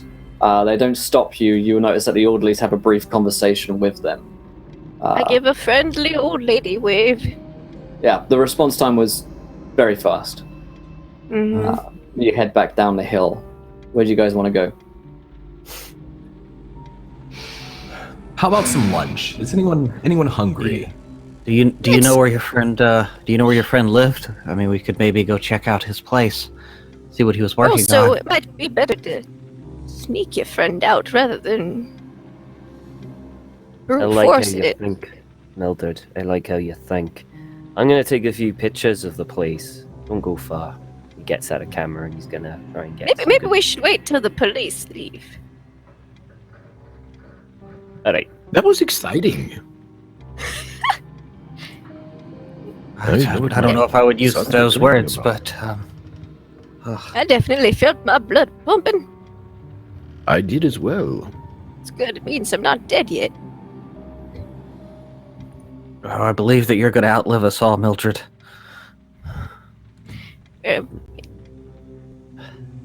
Age-wise, already have, but Travis You is still gonna have wait time. till the police go, and then he's going to start taking photographs at different angles of the place. Oh, if you're remaining on the premises, the police stay there, and the orderlies eye you down until you walk away. No, we'll walk off until it's all quiet. I'll probably come back another time and do it. Yeah, you're probably going to have to come back another time to do it because they don't seem intent on leaving. They seem pretty intent on you getting off the hill. You say you guys are going for lunch. Whereabouts do you want to go? I mean, there are plenty of places around. Danvers is a small little town here. There's plenty of places. Little cafe. Probably restaurant. least populated one. You can find a dingy Or- old pub. We'll go someplace nice for Lewis. It's a nice place. I saw that face. What's wrong with this place? Is Reminds there me of anything home. else? Perhaps some finer food. We've really been slumming it lately, and I could use a pick-me-up. Couldn't you use a pick-me-up? It's been a hard day. Has it? Oh, it's. was about to I say mean, the I had to same get thing. my sleep on the train. I fell asleep in my soup this morning. It's been quite a hard day. Yes, we've had quite a little bit more than this. But All right. For Mildred's sake, we'll go somewhere nice. You discuss way- what we're going to do when they come for us. Oh, well, I'm sure that we can get ourselves out of any trouble with the local police. You didn't do anything illegal, did you? The police Yeah. will not be the ones coming for us. The hell's coming for us then? The doctor. I mean, do you think It that he would would? not surprise me. Doctor. You were very He did determined, mention Travis. something about your friend. He said, for quite the experience when the sky enters. Was it the full moon or the new moon, Will? The new moon. The new moon. Prepares That's what to I meet thought. the new moon. He was talking rubbish. They pumped him so full of drugs, he probably didn't even know where he was. That was probably. I him would know just that's babbling. probably a super culty thing, right? Like new moon, cycle changes. Oh, there's lots of talk about what moons and stars and different constellation can do. Oh, I mean- can I tell when the next new moon is gonna be? My God, you'd is have to today consult- Monday? You'd have to consult some. Can I some make an charts to go in the astronomy check? Sure. 'Cause I know stuff about stars and stuff. Holy crap! It's an like an extreme success. It's 2 days away until the new moon. I'm like, well, the new moon is 2 days away, and honestly, I think there might be some cult activity going on at that asylum there, and that means they're probably planning something for that new moon. At this point, you cult guys can be in a restaurant or cafe, like a little sort of cafe. Mm-hmm. The doctor, the orderlies, and most of the inmates had some sort of influence over them of the occult variety. Cults. Why does it always have to be cults? Well, honey, this is Call of Cthulhu. Cults, very dangerous. You go first. Perhaps this is the time where we call Caligula and have reinforcements. And if that entire place is crawling with cultists, well, that does not concern us. And besides, we have the case with the Fraser boy. We have to continue on that case. Well, This is a entire. Well, you walked Fraser away case is before. Old. These are now His friend intertwined. there knows James. He went missing. He was here at the asylum and then he disappeared. James was at the asylum as a patient. Yes. Yes. Apparently they were asking him questions about money in his father's business. I think that they might be after Caligula and they were trying to get that information out of him. I'm not entirely certain we can fully trust Caligula. I've never fully trusted them. They just always, their checks always clear. So, It's true. Well, that's because of me, mostly. well, it's Men like yes, us. yes, sir, it is. That's why I show you such respect. Hey, you better be careful. It seems like they're intaking some rich people there. Larry wasn't poor. He was quite well off. You get what I mean? I'd watch your back, son. So is the Fraser boy, if what you've told me is correct. It seems they are accumulating wealth. They said did talk a lot about money's not money. going to mean anything anymore soon. That doesn't make any sense. Gold always has value.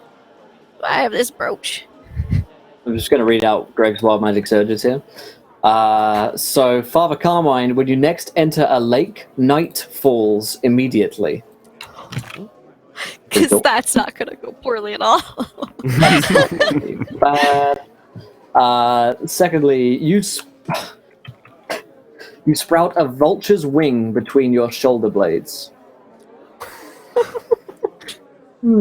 Just one? The one. Can I have two? No, you got one at the moment. Maybe you can grow another one soon. Okay. We're going to say that there is like something has started to push its way out of your back, and you're not sure exactly what it is. It feels strange. 7, 7. I've got a growth too, but I don't know what it is either. 6, 7. Your weapon weighs as much as you do. Was that the one that you had last time, Dawn? No, his No, weapon super grew large. like super Yeah. sized. Yeah, he grew 4 Yeah. times the size. Oh yeah, that was. Final Oh, yeah. Fantasy. Ooh, this is cool. So, Father Carmine, you've noticed that when you send that pulse out in the asylum and it kind of resonated off, something very odd happened. Not only did you feel something sprouting out of your back when you did so, but something has been written on your skin. And the wild magic is that you have your name tattooed all over your body.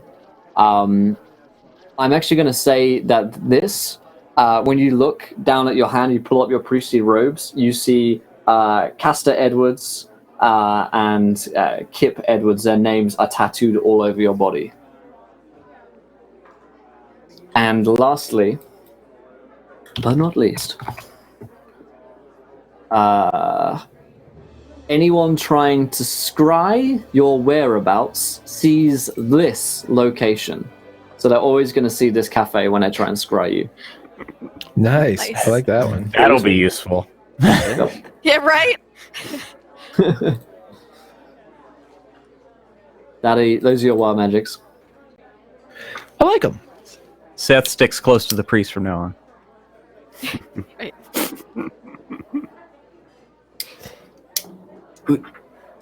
We may not be able to trust Caligula, but assuredly we are in over our heads without some help. And at the very least, I feel compelled to perhaps contact James Frazier's father and let him know what is happening with his son. I'm sure he's very worried. He's quite What? concerned. Why don't you contact Caligula and ask them about the asylum? Yeah, see if they can get us in. See if we can get Larry out. They have Just I ask know. them about it. big sway. I'm happy to do whatever you wish. I feel that they will be willing to comply, but should I just ask about the asylum, or should I try to get help? Try to get help. Try to Ask- get Larry out. Ask about the asylum first, and then use your own judgment, Mr. Delgado. Well, I do have very good judgment, so I believe that I can handle this task. Is there anything else anyone needs if we're do end up getting resources from Caligula? Oh, more yarn couldn't hurt. More yarn? I'm pretty sure I can get that yes. locally. Mr. Pinhollow, how are you doing? Is there anything you require? You've been through quite an ordeal. I don't know, double my rate, but other than that, I'm not really sure what they can do. Really just kind of want to go home. Yes, well, hopefully this entire matter will be solved very quickly. Anything you need, Father, Travis, anything we could get from Caligula to help you besides getting your friend Larry out? Not that I know of.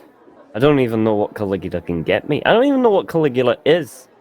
I don't even know what you do. Well, it's an organization that deals with matters like this. But perhaps I'll see if they can create some sort of stipend, and we'll make this part of our investigation, and I'll give you a little bit of money for your trouble. I'll get paid. I'm not going to turn down money. You know? Very well. Anyway, I'm is going there for a phone pint. around? Anyone want a pint? Ooh, Fine, fine. I don't touch this stuff. I could Got use one. livers already. Seth, Ooh. Lewis. Pint. Oh no, but if they have anything on the menu with cheese, just a little bit of cheese. Right. Pasta, perhaps. Right. The eighth deadly Okay, sin. Father. I've heard that. I'll about take a cheese. pint. Yeah, all right. It Right. is. I'll go grab 3 pints and some cheese. Right. Cool. Just loads of tracking in the audience right now. Twitch is having site-wide loading errors, so if you guys can't see chat or you can't load things, it is not your fault. It's the fault of a billion-dollar company. Sorry, indie devs trying to work hard on a site. I'll let you know when they tweet about it coming back, but I can't see chat right now, so you guys probably can't chat either. But there you go. Oh, there is one this- done where we put Greg's nat 20s on me. Oh, I did. Yeah. Oh. I'll keep them. Oh, I well. mean, How dare Why you? not? What is this bullshit? God damn you all to hell! Oh, there, that's a bit extreme, and we can probably get out of there anyway. Just open a portal. So, Don, you can definitely find a telephone here if you want to make a call. Yeah, he will. And he holds the telephone in his hand, and he's about to make the call, and he thinks about it for a second, and then he's gonna call into Caligula. Okay. The telephone picks up almost immediately. Yes? I recognize Eric's voice. Oh, good, Eric. I'm glad that I got straight to you. This is Luis Delgado, out in the field with your agents. I thought it might be time for us to report in. Oh, good. It's been long. We were worried about all of you. How goes the mission? Oh, you know, it has its ups and its downs. Tell me, have you heard anything? Has anything gotten to you information-wise? We've been left out. We heard that there was some trouble in Kingsport, but we haven't been able to get any agents in the area. Yes, Kingsport. That was a messy business. Well, regardless of that, I would like to move forward. Right now, we are in Danvers, and there's an asylum there. Do you know anything about this particular town or the asylum? Information is hard to come by in this town. I suppose I could look something up. What are you doing in Danvers? Have you found James Fraser? Oh, no, not yet, but I do believe we might be getting closer. But this asylum, one of our leads is there, and we would very much like to know more about it, but the people there, they're very clammy. They're not very talkative. What can you tell me about the asylum, about this, who is it that's running it? Dr. Burgers, I believe. I would have to look something up and get back to you. I'm afraid I don't have access to that information right now, but I could get our researchers onto the topic as soon as we finish this conversation. Is everyone okay, Mr. Delgado? Is everyone well? Well, I'm glad that you asked about that. We could use some men with weapons who could come down here and possibly support us. And beyond that, we will need some more yarn from Mildred. Mr. Pinhollow, he deserves a bonus. I highly commend him. And there's also another man who I think we want to contract him. He's a local private investigator named Travis. So a stipend for him. He goes through his lists of demands. Right. More clothes. He wants like a copy of his suit, like 6 of them. Mm-hmm. Yes, my boy Rufus, he died, and unfortunately, Castor Edwards also died. Well, there was some. Mr. Edwards is dead. Yes. Mr. Castor Edwards is. Oh. And once he gets going, he realizes that he's spoken too much. He says, yes, perhaps this is not the best time to talk about it or the safest channel, but unfortunately he has passed away. So we could use those things that I asked you for. I see. There wouldn't happen to be a priest amongst you right now, would there? Does Luis Delgado get the feeling that can he get a vibe on what kind of why he might be asking that question? Nervous. Sounds nervous. Yeah. A priest. Should I be on the lookout for a priest? Oh, no. It's nothing. Surely it must be something. He says, just a bad dream I had. Listen, I can get you as much as I can. I can't make any promises, though, Mr. Delgado. You're out in the sticks right there, and, well, backup is a long time in the coming. Make sure that you remain safe. If you have lost Mr. Edwards, then perhaps it is best that we contract this Travis. But yes, I do like this Travis fellow. However, I must implore you, I do not like my life being put at risk, and right now I do not feel as safe as I wish I did. So, I'm willing to either increase my donation annually or decrease my donation annually based on the speed of your response. I just want you to know that, and also I will make sure that your uppers know that as well. That is understood, Mr. Delgado. Thank you. I will do my best. And where can I reach you? Oh, there's this awful, terrible hotel we're staying at. I don't know how long we'll be there, but this cafe, we're eating it now. What's the name of the cafe? Oh, cafe name. Some cafe, the nicest cafe in town. Leave a message there. I have a feeling that I'll be taking most of my meals here. Very well. Thank you again, Mr. Delgado. Did you manage to retrieve Mr. Edwards' body? No. I'm sorry to say that we did not. Perhaps once we are in a safer location, we can have a longer discussion about Mr. Edwards passing away. Tell me, was it members of the symphony who ended his life? Well, it's all so confusing. Who is with whom? Could have been the symphony. Could have been. I see. We're not sure. What about Mr. Sloan? Is he safe? Yes. Mr. Sloan is safe. Is Nothing he with to you worry still? about there.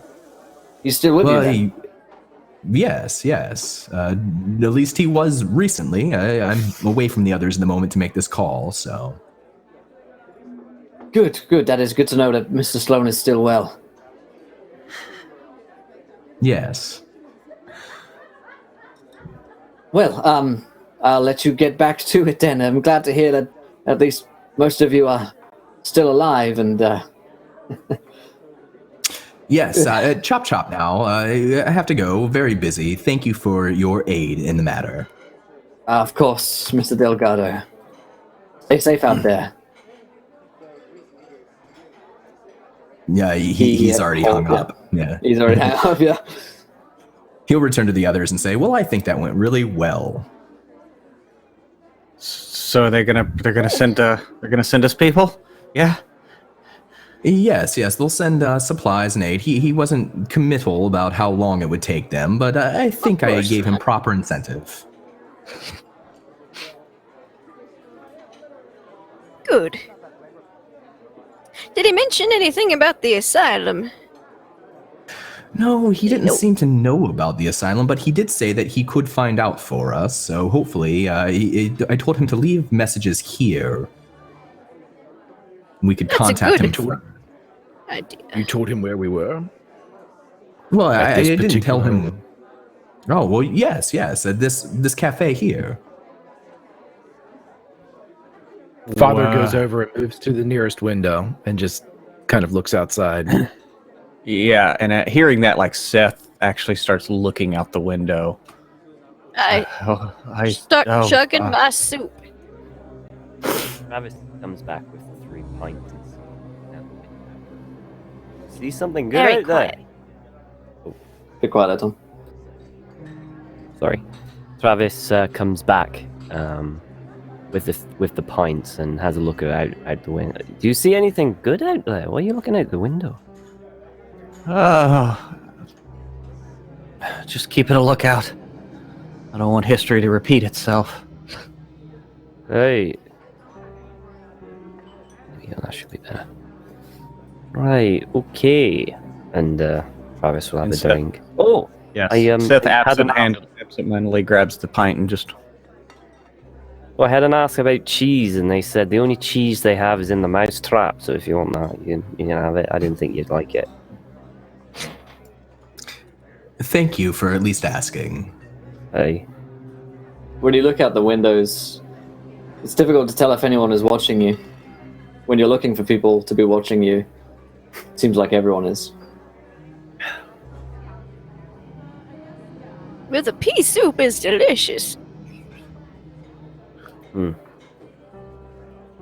right. Well, next step: get a layout of that insane asylum or whatever you want to call it.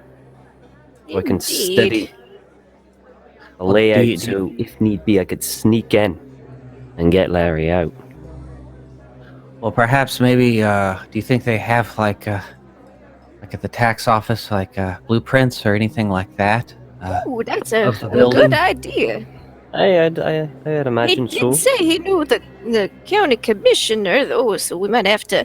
Mayhaps that is a rather old building. We should check the library, maybe. They often buildings of that kind of nature may have something. Blueprints are there, or at least construction notes. I I don't know. wouldn't mind how old doing that. they went back then. It's Wouldn't worth a mind shot. going to look. Yeah. Hey, so drink up, and we'll go. What about his house? Is it nearby? In Oh, Boston. yes. Yeah. We're just north of Boston, aren't we? Hey, it's about 20 miles south, right? That's right. We could. Yeah, hey, it's We about could catch 20 a miles train. south, so it's not really a just jaunt down the road. Well, Perhaps we could stay in Boston too. I believe the accommodations there might be more suitable for a long-term stay. this is true. Not until we get Larry out. Well, you can, but If we I leave see. town, they wouldn't expect us to come back in and bust him out. well, if we Come back leave in town, subtle, we're like. not in town. Perhaps No, we I'm can not- hire an We have attorney 2 in days. Boston. Until the new moon. Hey, we should hire an attorney and get the legal. So try to do it the legal side. It'll take some time, but at least that side will be going. Well, I mean, how much I time do agree. you think he has? I mean, 2 days. what if what he says, moon? like Mildred said, like what if we only have 2 days? Do you think you can get him out with lawyers? No, Might not hurt to not try that, to not get that away. quick. That's why I'm going to try and sneak him out. Just make Let's sure see you if- tell Caligula that we're in Boston. I believe everything will sort itself out then.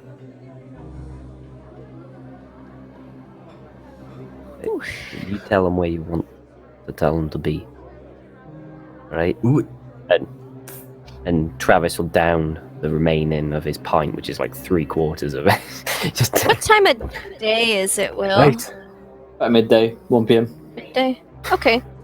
Well, right. I'm off to the let's check library the, to search for the blueprints. library real quick, and if we can't Where's- find blueprints, There is the local hall, information.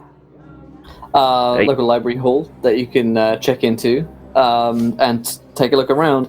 Each roll of a library use will take you 3 hours here. So, anyone that would like to look into anything, let me know what you're looking into and make a library use roll. I'm When- looking for. Oh, sorry. Go on, man. When does the last train leave for Boston? Boston's a pretty big space. Last one to leave here at 9 p.m. Okay, from so we Danvers. can do some library stuff, and if we want to go to Boston, then we. Cool. Mhm. It's on the Alright, way. so Who is not doing library use? Lewis is not.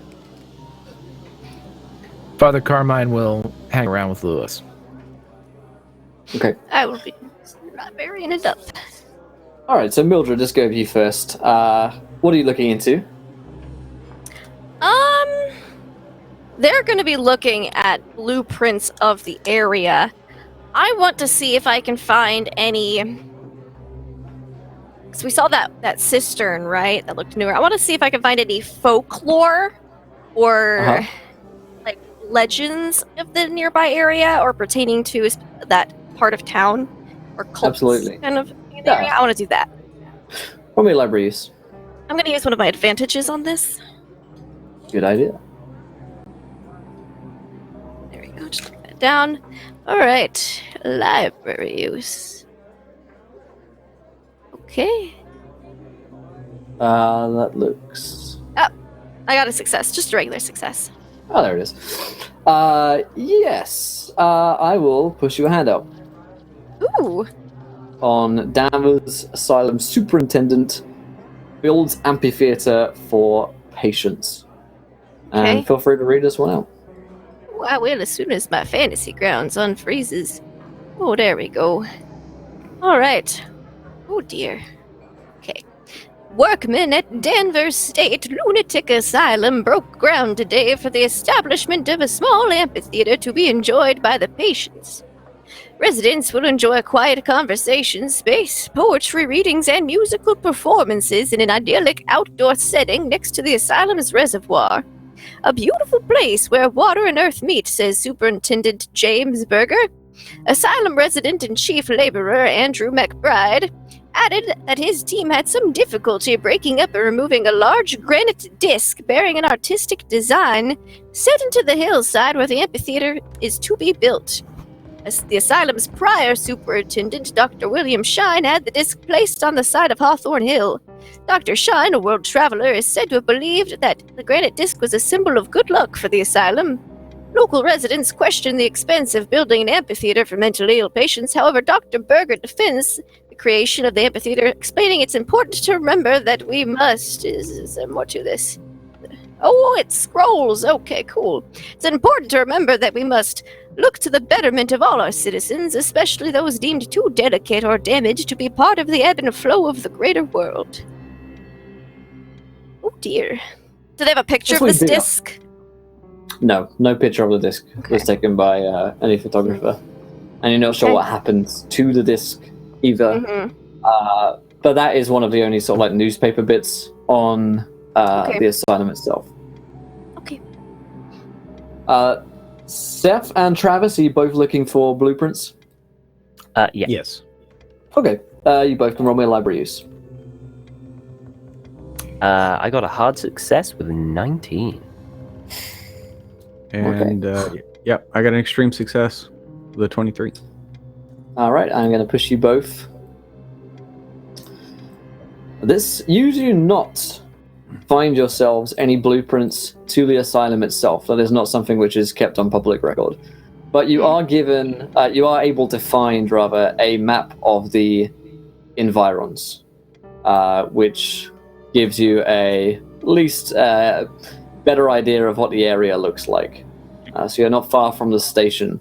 You guys are basically staying at the asylum station, pretty close to that.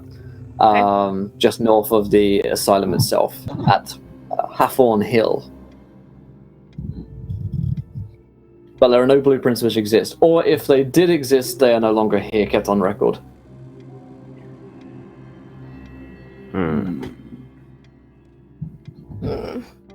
You could probably get a good look at Whipple Hill of the place. There's a few hills around the place I could get a good look at it.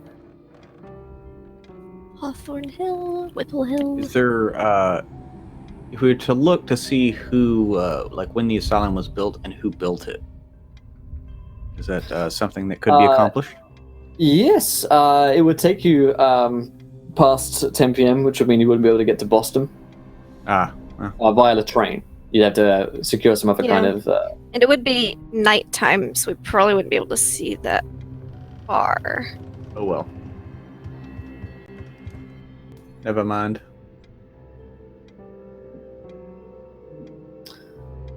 I'll give you this on your hard success, though.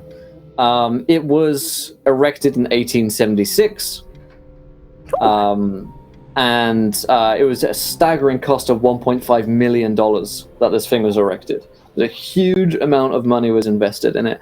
Was it originally erected as an insane asylum? Yes. However, there is no record of who was the main investor in it, but whoever it was would have to been incredibly rich.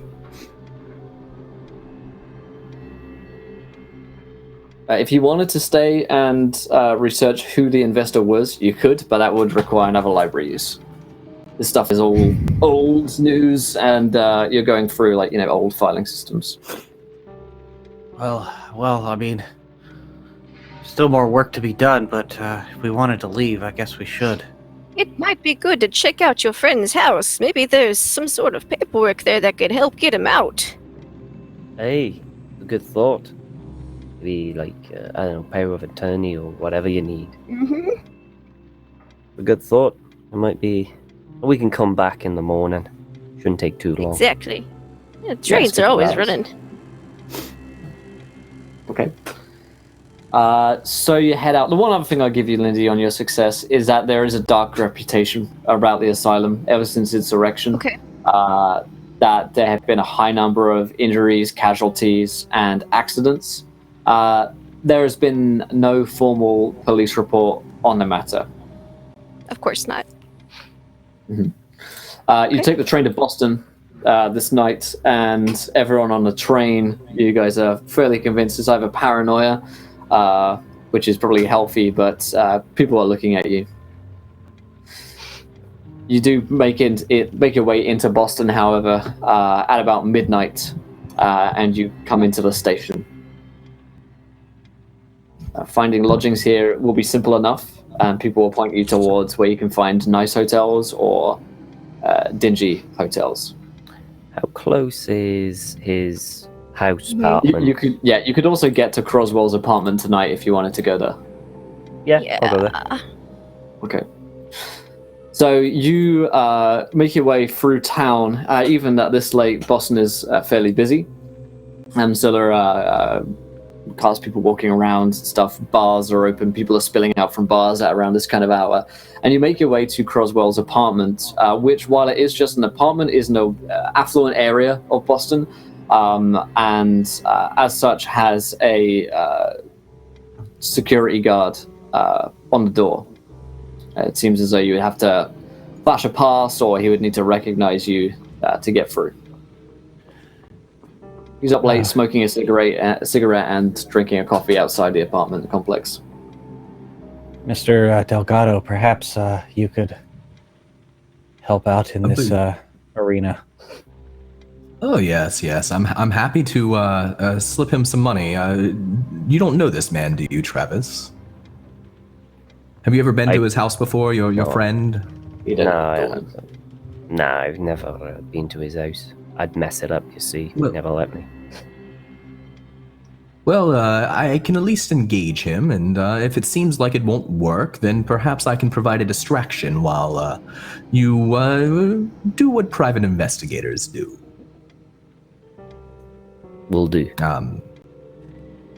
He'll approach the security officer, the cigarette of his own, and he'll say, "Friend there, do you have a light?" Sure. He'll give you a lighter. He'll light a cigarette and start smoking. He'll say, my friend sent me here to this house, this very one that you're looking over. It seems that the fellow who owns the house is in a bit of need and would like us to gather some paperwork from it. I know that sounds very strange to you. It must. Yeah, I mean, it's midnight. Kind of a bit late for going rummaging around in someone's house, don't you think?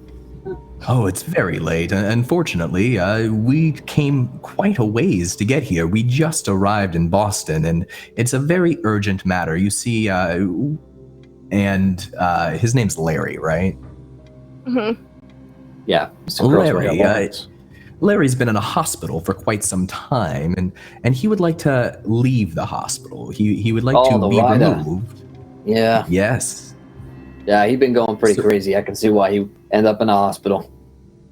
Well, he's all better now. He's much better, but for them to release him, they need some paperwork, and so I've been sent here to gather that paperwork and bring it to them to secure his release. Okay, you got like a paper or a letter or something from the hospital, or a lawyer or something. I don't know. I don't, but I do have this, and he has a bunch of cash on him that he's acquired. He'll pull out $50, which is a significant amount of money at the time. Yeah. He'll say, I do have this, and I promise you, this is nothing fishy, but this is simply what I have, and I assure you, you will be making your employer happy. He looks down at the money, he looks back up at you and says, "Well, you seem like a trustworthy kind of fella. Oh, I am. Just make it quick, will you?"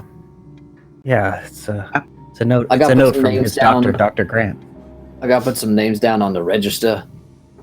So I'll just put down some, Smiths and Joneses on the register. Mm-hmm. The name's Grant. Yeah. Ran, okay. And he will let you through. Sorry, go ahead. Great.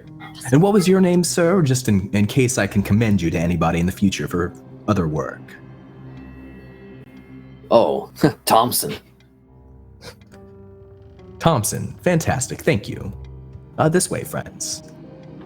All right.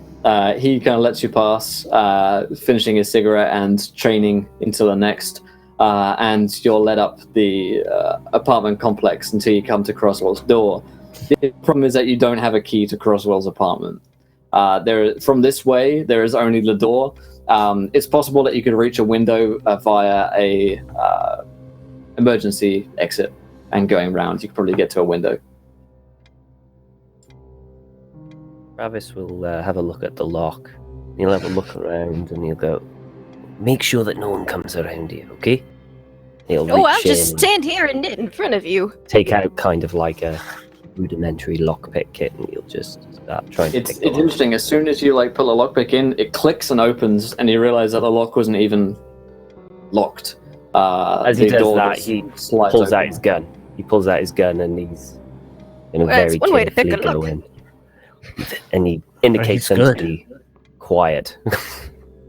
He's really good. Opens it. I think they teach that at the Macadrew Agency. I've heard good things. It's- Lockpicking and alcoholism. That's all Nancy did. Yeah, you kind of like fire and look, get out your gun. The door swings open, and you're let into a very nice-looking apartment. And the apartment itself looks like it has been turned over about 3 times.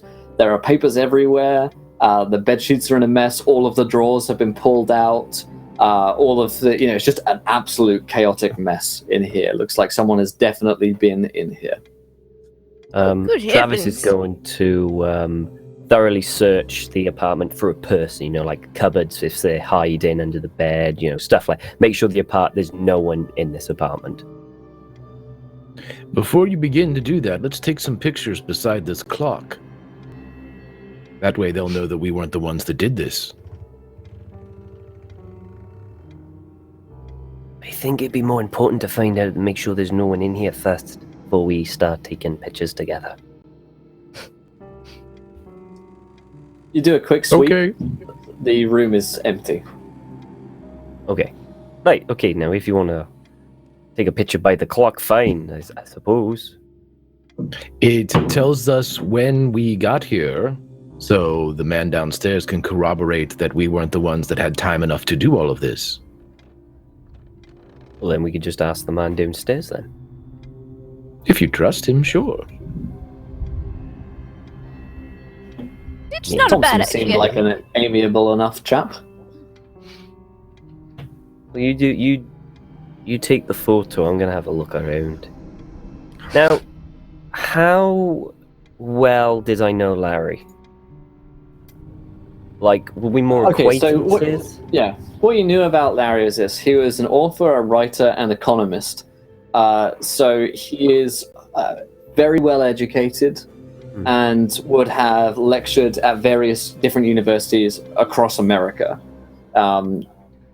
His works were not of fiction; they were mostly economic, and he was respected in his field. If not like a true icon of, economy in this era. He was highly intelligent. He wrote all of his notes down by hand and had them hired typewriters would copy them out for him. He was published in various different books, though he hadn't published anything for a good few years. You probably have a very vague understanding of what his work really is about. It's like about the economy and about money, but you probably don't have much of an interest in it. It's actually very boring. Yeah, anytime I used to talk about it, I used to go, ooh, shiny. And just look elsewhere.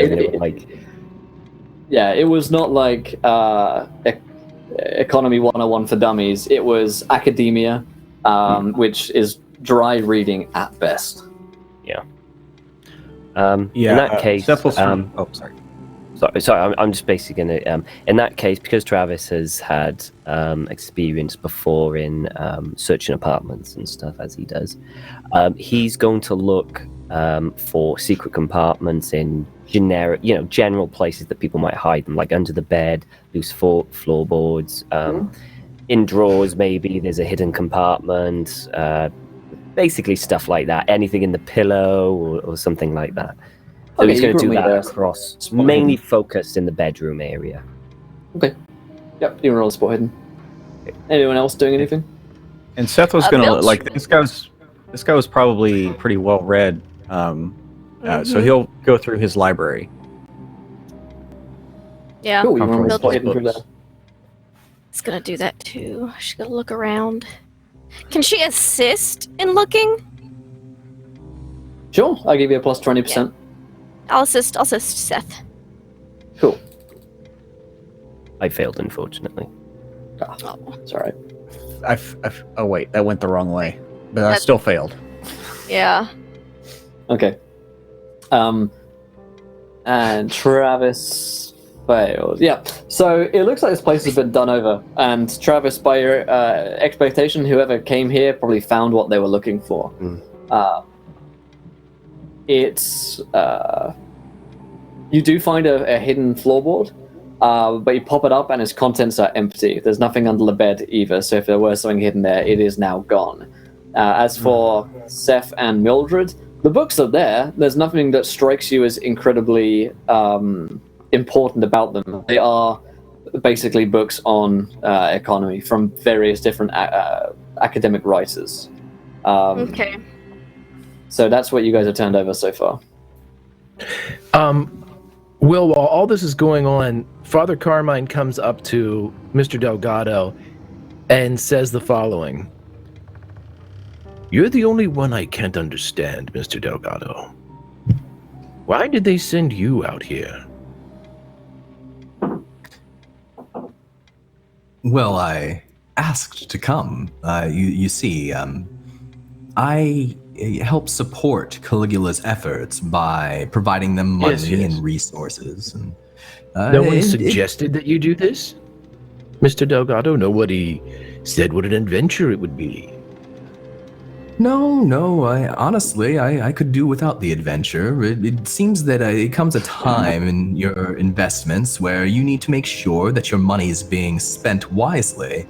And so far, it's not been it's been eye-opening at the very least, but I do feel compelled to help find this boy in whatever way I can. The Frasers are friends of the family. Distant friends, but friends. What of you, sir? It's an interesting thing. That conversation I had on the phone, he asked me, Eric, if I had seen a priest. Something must be weighing on his mind. Well, Let me ask you see, he this, was Mr. very- Delgado. Who gets your money Ask. if you die? Well, the estate gets it, and then it is a very convoluted process of various philanthropies and etc., etc., etc. Does Caligula still get their money even after you're dead? Well, they don't get more. I do make an annual donation. Ah, so the money continues after your death. For a time. Do you think they wanted the Fraser boy found? Well, I do suspect that they might have been more interested in my friend Sloane than in the Fraser boy, but I think both individuals are very important. You were all out here for a reason. Sloane, more defined. The rest of you, though, need to be eliminated as far as I can see.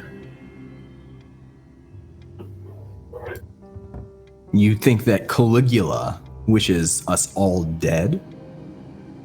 I don't think I know.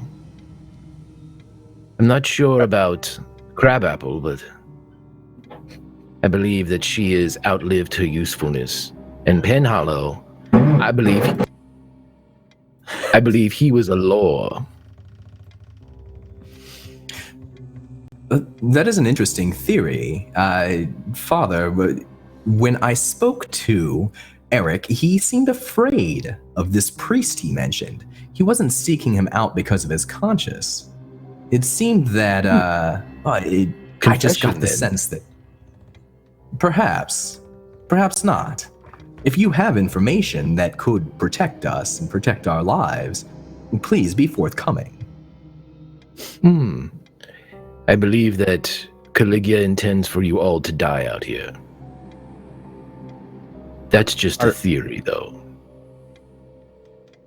Are they You having too, this Mr. conversation Penhollow. where we can all hear it? Yes? Okay. He's not trying to be quiet, yeah. Oh, okay. Yeah, you can definitely hear this. Mildred's kind of just nodding along a little bit. Well, it doesn't make sense, though. I mean, we've all done great service for Caligula, have we not? I know that I've done my part. Well, I mean, every book they've brought me to look over, I've done. I'm not gonna lie, I've made a few forgeries for them. Well, I've tried. Except for one. The kind of books they're interested in most likely can be forged effectively. Well, I mean, they needed it as a plant, so I mean, Oh, well, did then the in that best I case, could. yeah, that makes sense. Will, is there a phone in this room? There is a telephone by the desk where most of his writing looked like it took place. Father Carmine goes over and takes the phone in the cradle and hands it towards Luis Delgado. Why don't you check in with Eric? See what he's uncovered. You will also notice that there is an address book next to the telephone with various different numbers and names written down.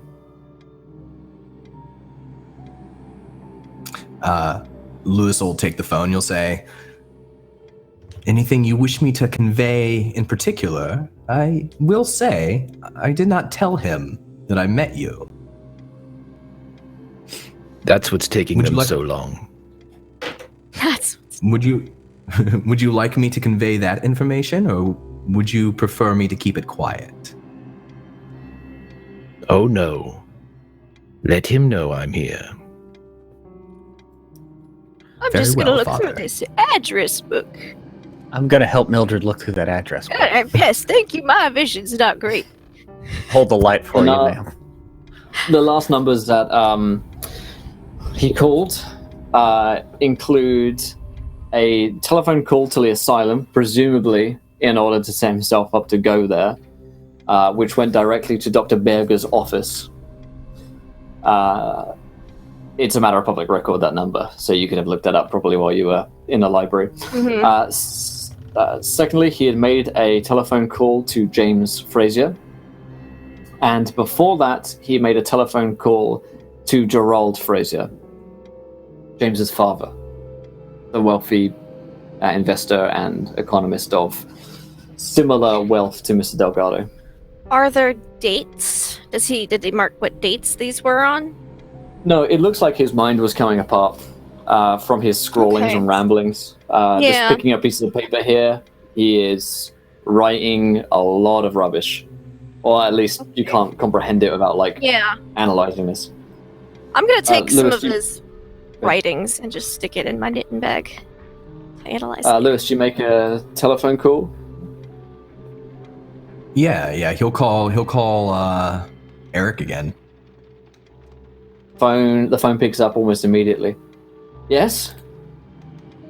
Oh, Eric, good. It's Lewis again. I wanted to check in on your progress. Well, progress is being made. There's recruits on the way. Backup is coming. To the restaurant, is that right, or somewhere else? When he says backup is coming, do I believe him, or does it seem like he's fishing? You could roll me a psychology. I will. Oh no, there's. He'll do it.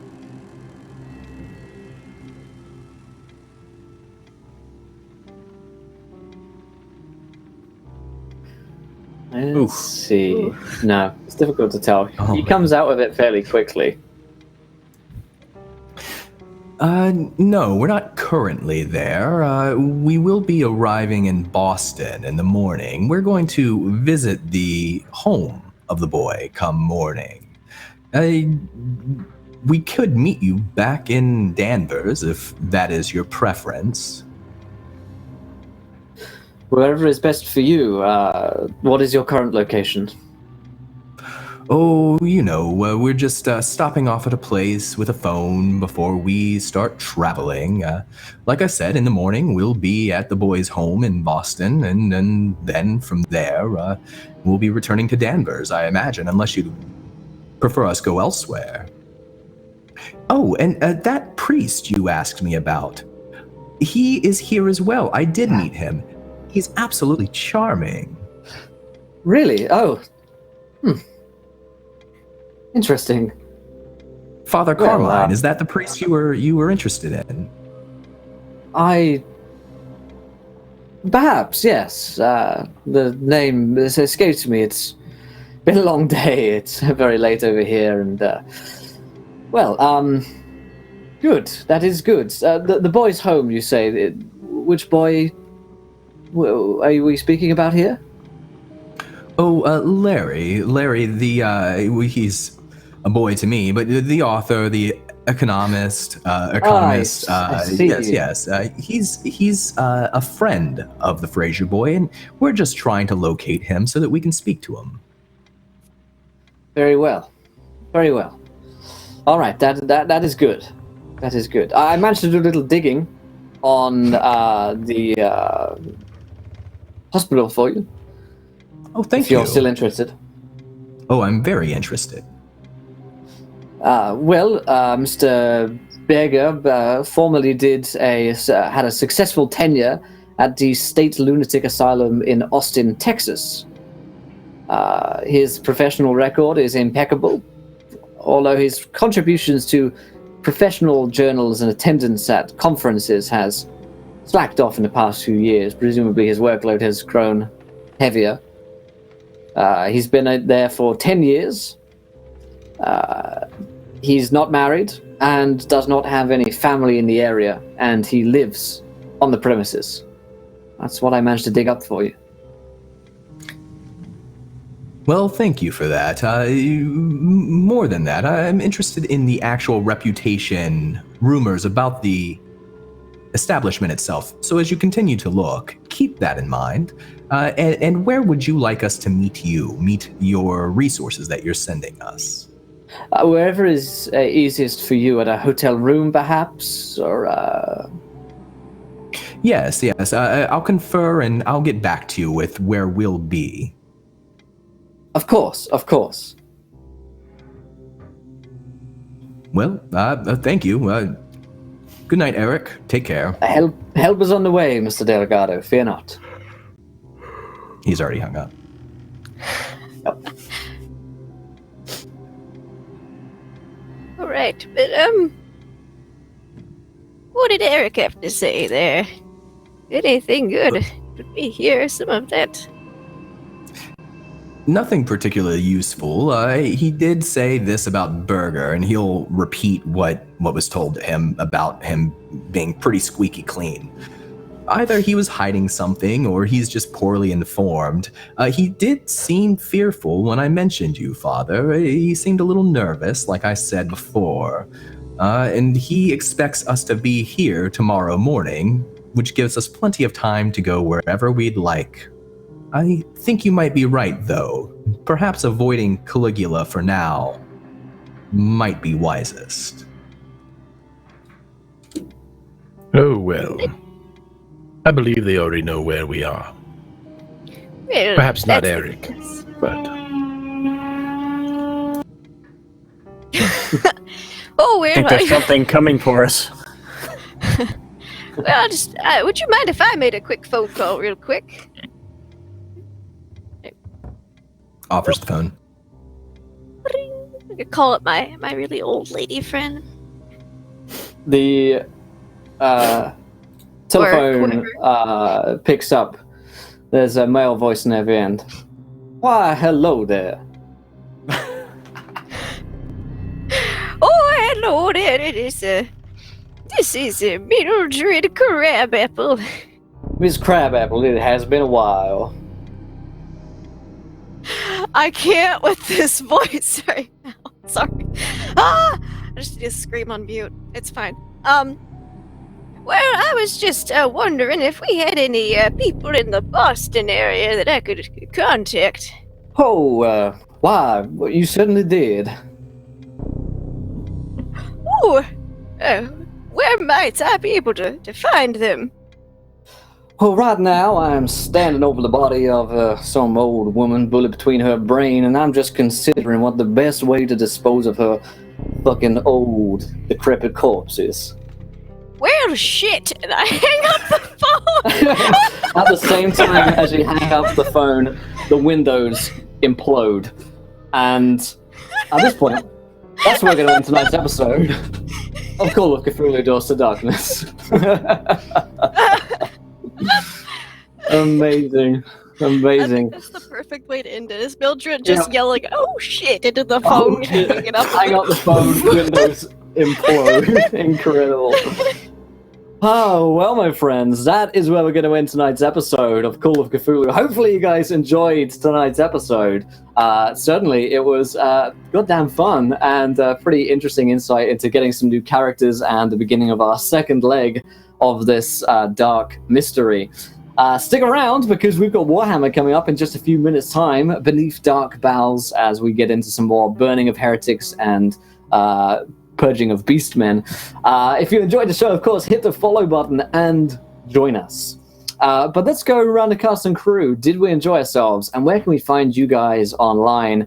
A lot of enemies and allies surrounding you, the lines between which are becoming less and less clear. Tom, great to have Travis with us today. Yeah, it was really good. I mean, I tell you what, I think I'm going to have to do without the coat next week. It's absolutely baking. Absolutely baking, I'm telling you. But no, I've really enjoyed it. I really enjoyed it. It was nice to play something different to Sloan. Sloan is a bit one note, and I wanted something a bit more passionate. And I think Travis is that. And it was great. Travis basically was just slotted in quite nicely into the story, almost seamlessly. It didn't take long for him to get into it. It was brilliant, and what a great way to end this episode. You know you're in trouble when Mildred has sworn. You know you're in trouble. Something's gone terribly wrong. So yeah, it was fantastic, and I honestly can't wait until next week. Myself, I am Redundant UK. I'm on Twitch, where I stream Monday, Tuesdays, Thursdays, and Fridays. I'll be streaming tomorrow at 2 p.m. BST, finishing, hopefully, Detroit Become Human, which has been a great experience. Fantastic game. And going away to a LARP this weekend as well, so that'll be fun. You can also check me out on Twitter, which is redundant_UK. If you want to chat to me, that's probably one of the best places to get to me. And I'm always probably hanging around in Encounter Roleplay chat here and there. Great stuff. Thank you, Tom. Greg, great to have Father Carmine with us tonight. Yeah, it was super great. I'm going to go real quick. Grimjack21502 on the Twitches and the Twitters. See me here next week. This is where it's at, 124, as the siren hits now. Amazing.